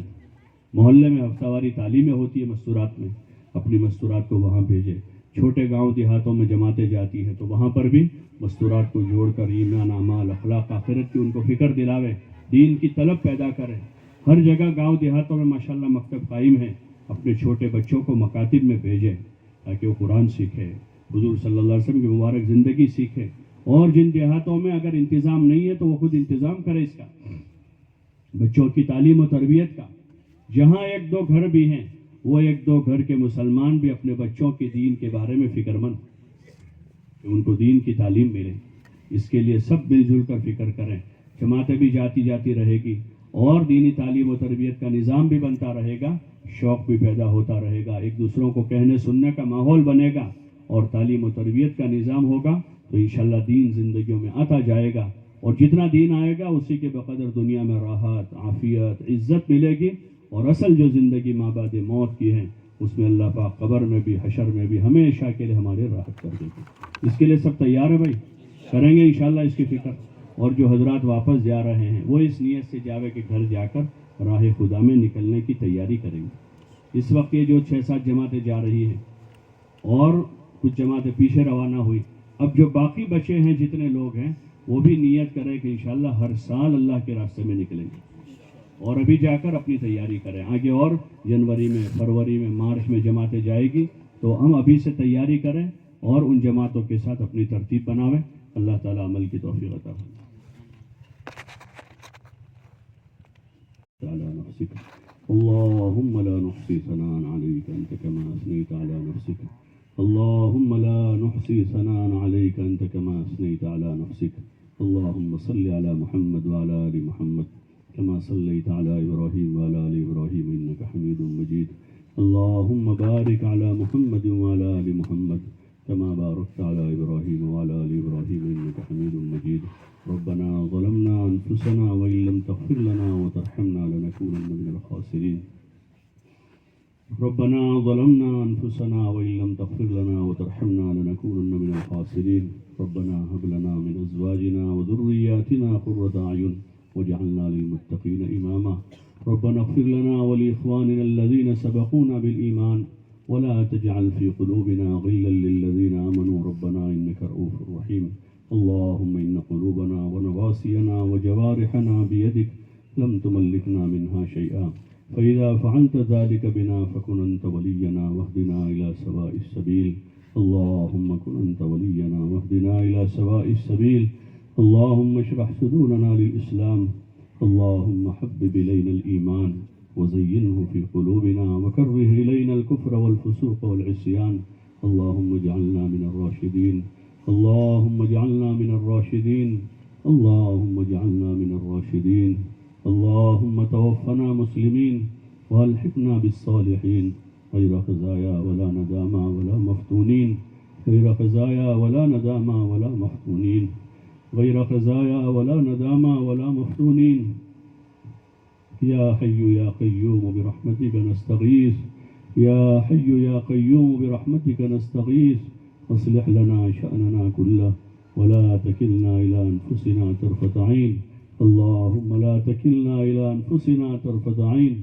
اللهم لا تكلنا إلى أنفسنا طرفة عين اللهم اهدنا واهد بنا واهد الناس جميعا اللهم اجعلنا هداة مهتدين اللهم اجعلنا هداة مهتدين غير ضالين ولا مضلين اللهم اجعلنا من الذين يجاهدون في سبيلك حقا ولا يخافون لومة لائم ربنا آتنا في الدنيا حسنة وفي الآخرة حسنة وقنا عذاب النار وقنا عذاب القبر وقنا عذاب الفقر وقنا عذاب الحشر وقنا عذاب الدين یا اللہ ہماری مغفرت فرما یا اللہ ہم گنہگار ہیں خطا کار ہیں سیاہ کار ہیں یا اللہ آج تک کی زندگی مجرمانہ زندگی گزاری ہیں مولا تیری بارگاہ عالی کے ہم اقراری مجرم ہیں یا اللہ تو ہی اپنے فضل و کرم سے ہم سب کی مغفرت فرما یا اللہ ہم سب کی پوری پوری مغفرت فرما یا اللہ ہم سب کی پوری پوری مغفرت فرما ہمارے والدین کی مغفرت فرما ہمارے بھائی بہنوں کی رشتہ داروں کی عزیز اقارب کی مغفرت فرما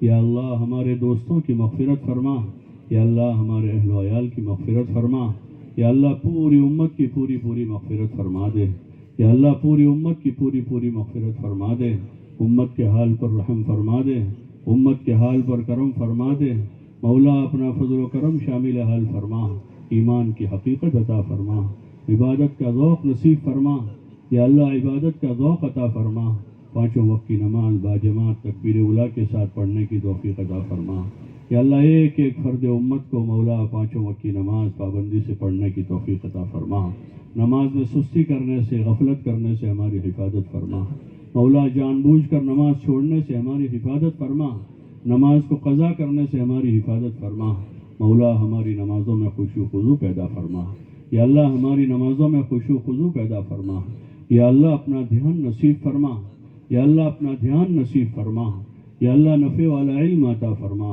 گمراہی اور ضلالت والے علم سے ہماری اور پوری امت کی پوری پوری حفاظت فرما یا اللہ آپس میں ہمارے جو ایک دوسروں کے حقوق ہیں اس کی ادائیگی کی توفیق عطا فرما کسی کے حق میں ہمیں ماخوذ نہ فرما یا اللہ کسی کے حق میں ہمیں ماخوذ نہ فرما جن بندوں بندیوں کے جو حقوق ہمارے ذمے ہیں مولا اس کی ادائیگی کی توفیق عطا فرما دے اور یا اللہ تیرے بندوں کے ساتھ حسن سلوک کی توفیق عطا فرما. یا اللہ کسی کے ساتھ بدسلوکی سے ہماری حفاظت فرما، کسی کا حق دبانے سے ہماری حفاظت فرما. یا اللہ ایک ایک مسلمان کا اکرام کرنے کی توفیق عطا فرما. ہمارے اعمال میں اخلاص پیدا فرما. ریا اور شہرت کے ناپاک جذبوں سے ہماری حفاظت فرما. مولا حب جاہ سے، حب مال سے ہماری حفاظت فرما. یا اللہ اپنا بھلا بندہ بن کر زندگی گزارنے کی توفیق نصیب فرما. جب تک زندہ رکھے اسلام و ایمان پر زندگی عطا فرما. جب موت کا وقت ہو مولا حسن خاتمہ عطا فرما. کمال ایمان کے ساتھ یا اللہ اپنی رضا والی موت نصیب فرما. یا اللہ تیرے راستے کی موت نصیب فرما. حضور علیہ السلام کے مبارک دیار میں صحابہ کا پڑوس نصیب فرما. آخرت کی منزلیں ہمارے لیے آسان فرما. یا اللہ آخرت کی منزلیں ہمارے لیے آسان فرما. قبر کے عذاب سے، جہنم کے عذاب سے، شدت حساب سے ہماری حفاظت فرما. یا اللہ آخرت کی منزلیں ہم سب کے لیے آسان فرما دے. حضور علیہ السلام کے مبارک ہاتھوں جام کوثر نصیب فرما. مولا اس اجتماع کو قبول فرما. آنے والے اس پورے مجمع کو قبول فرما.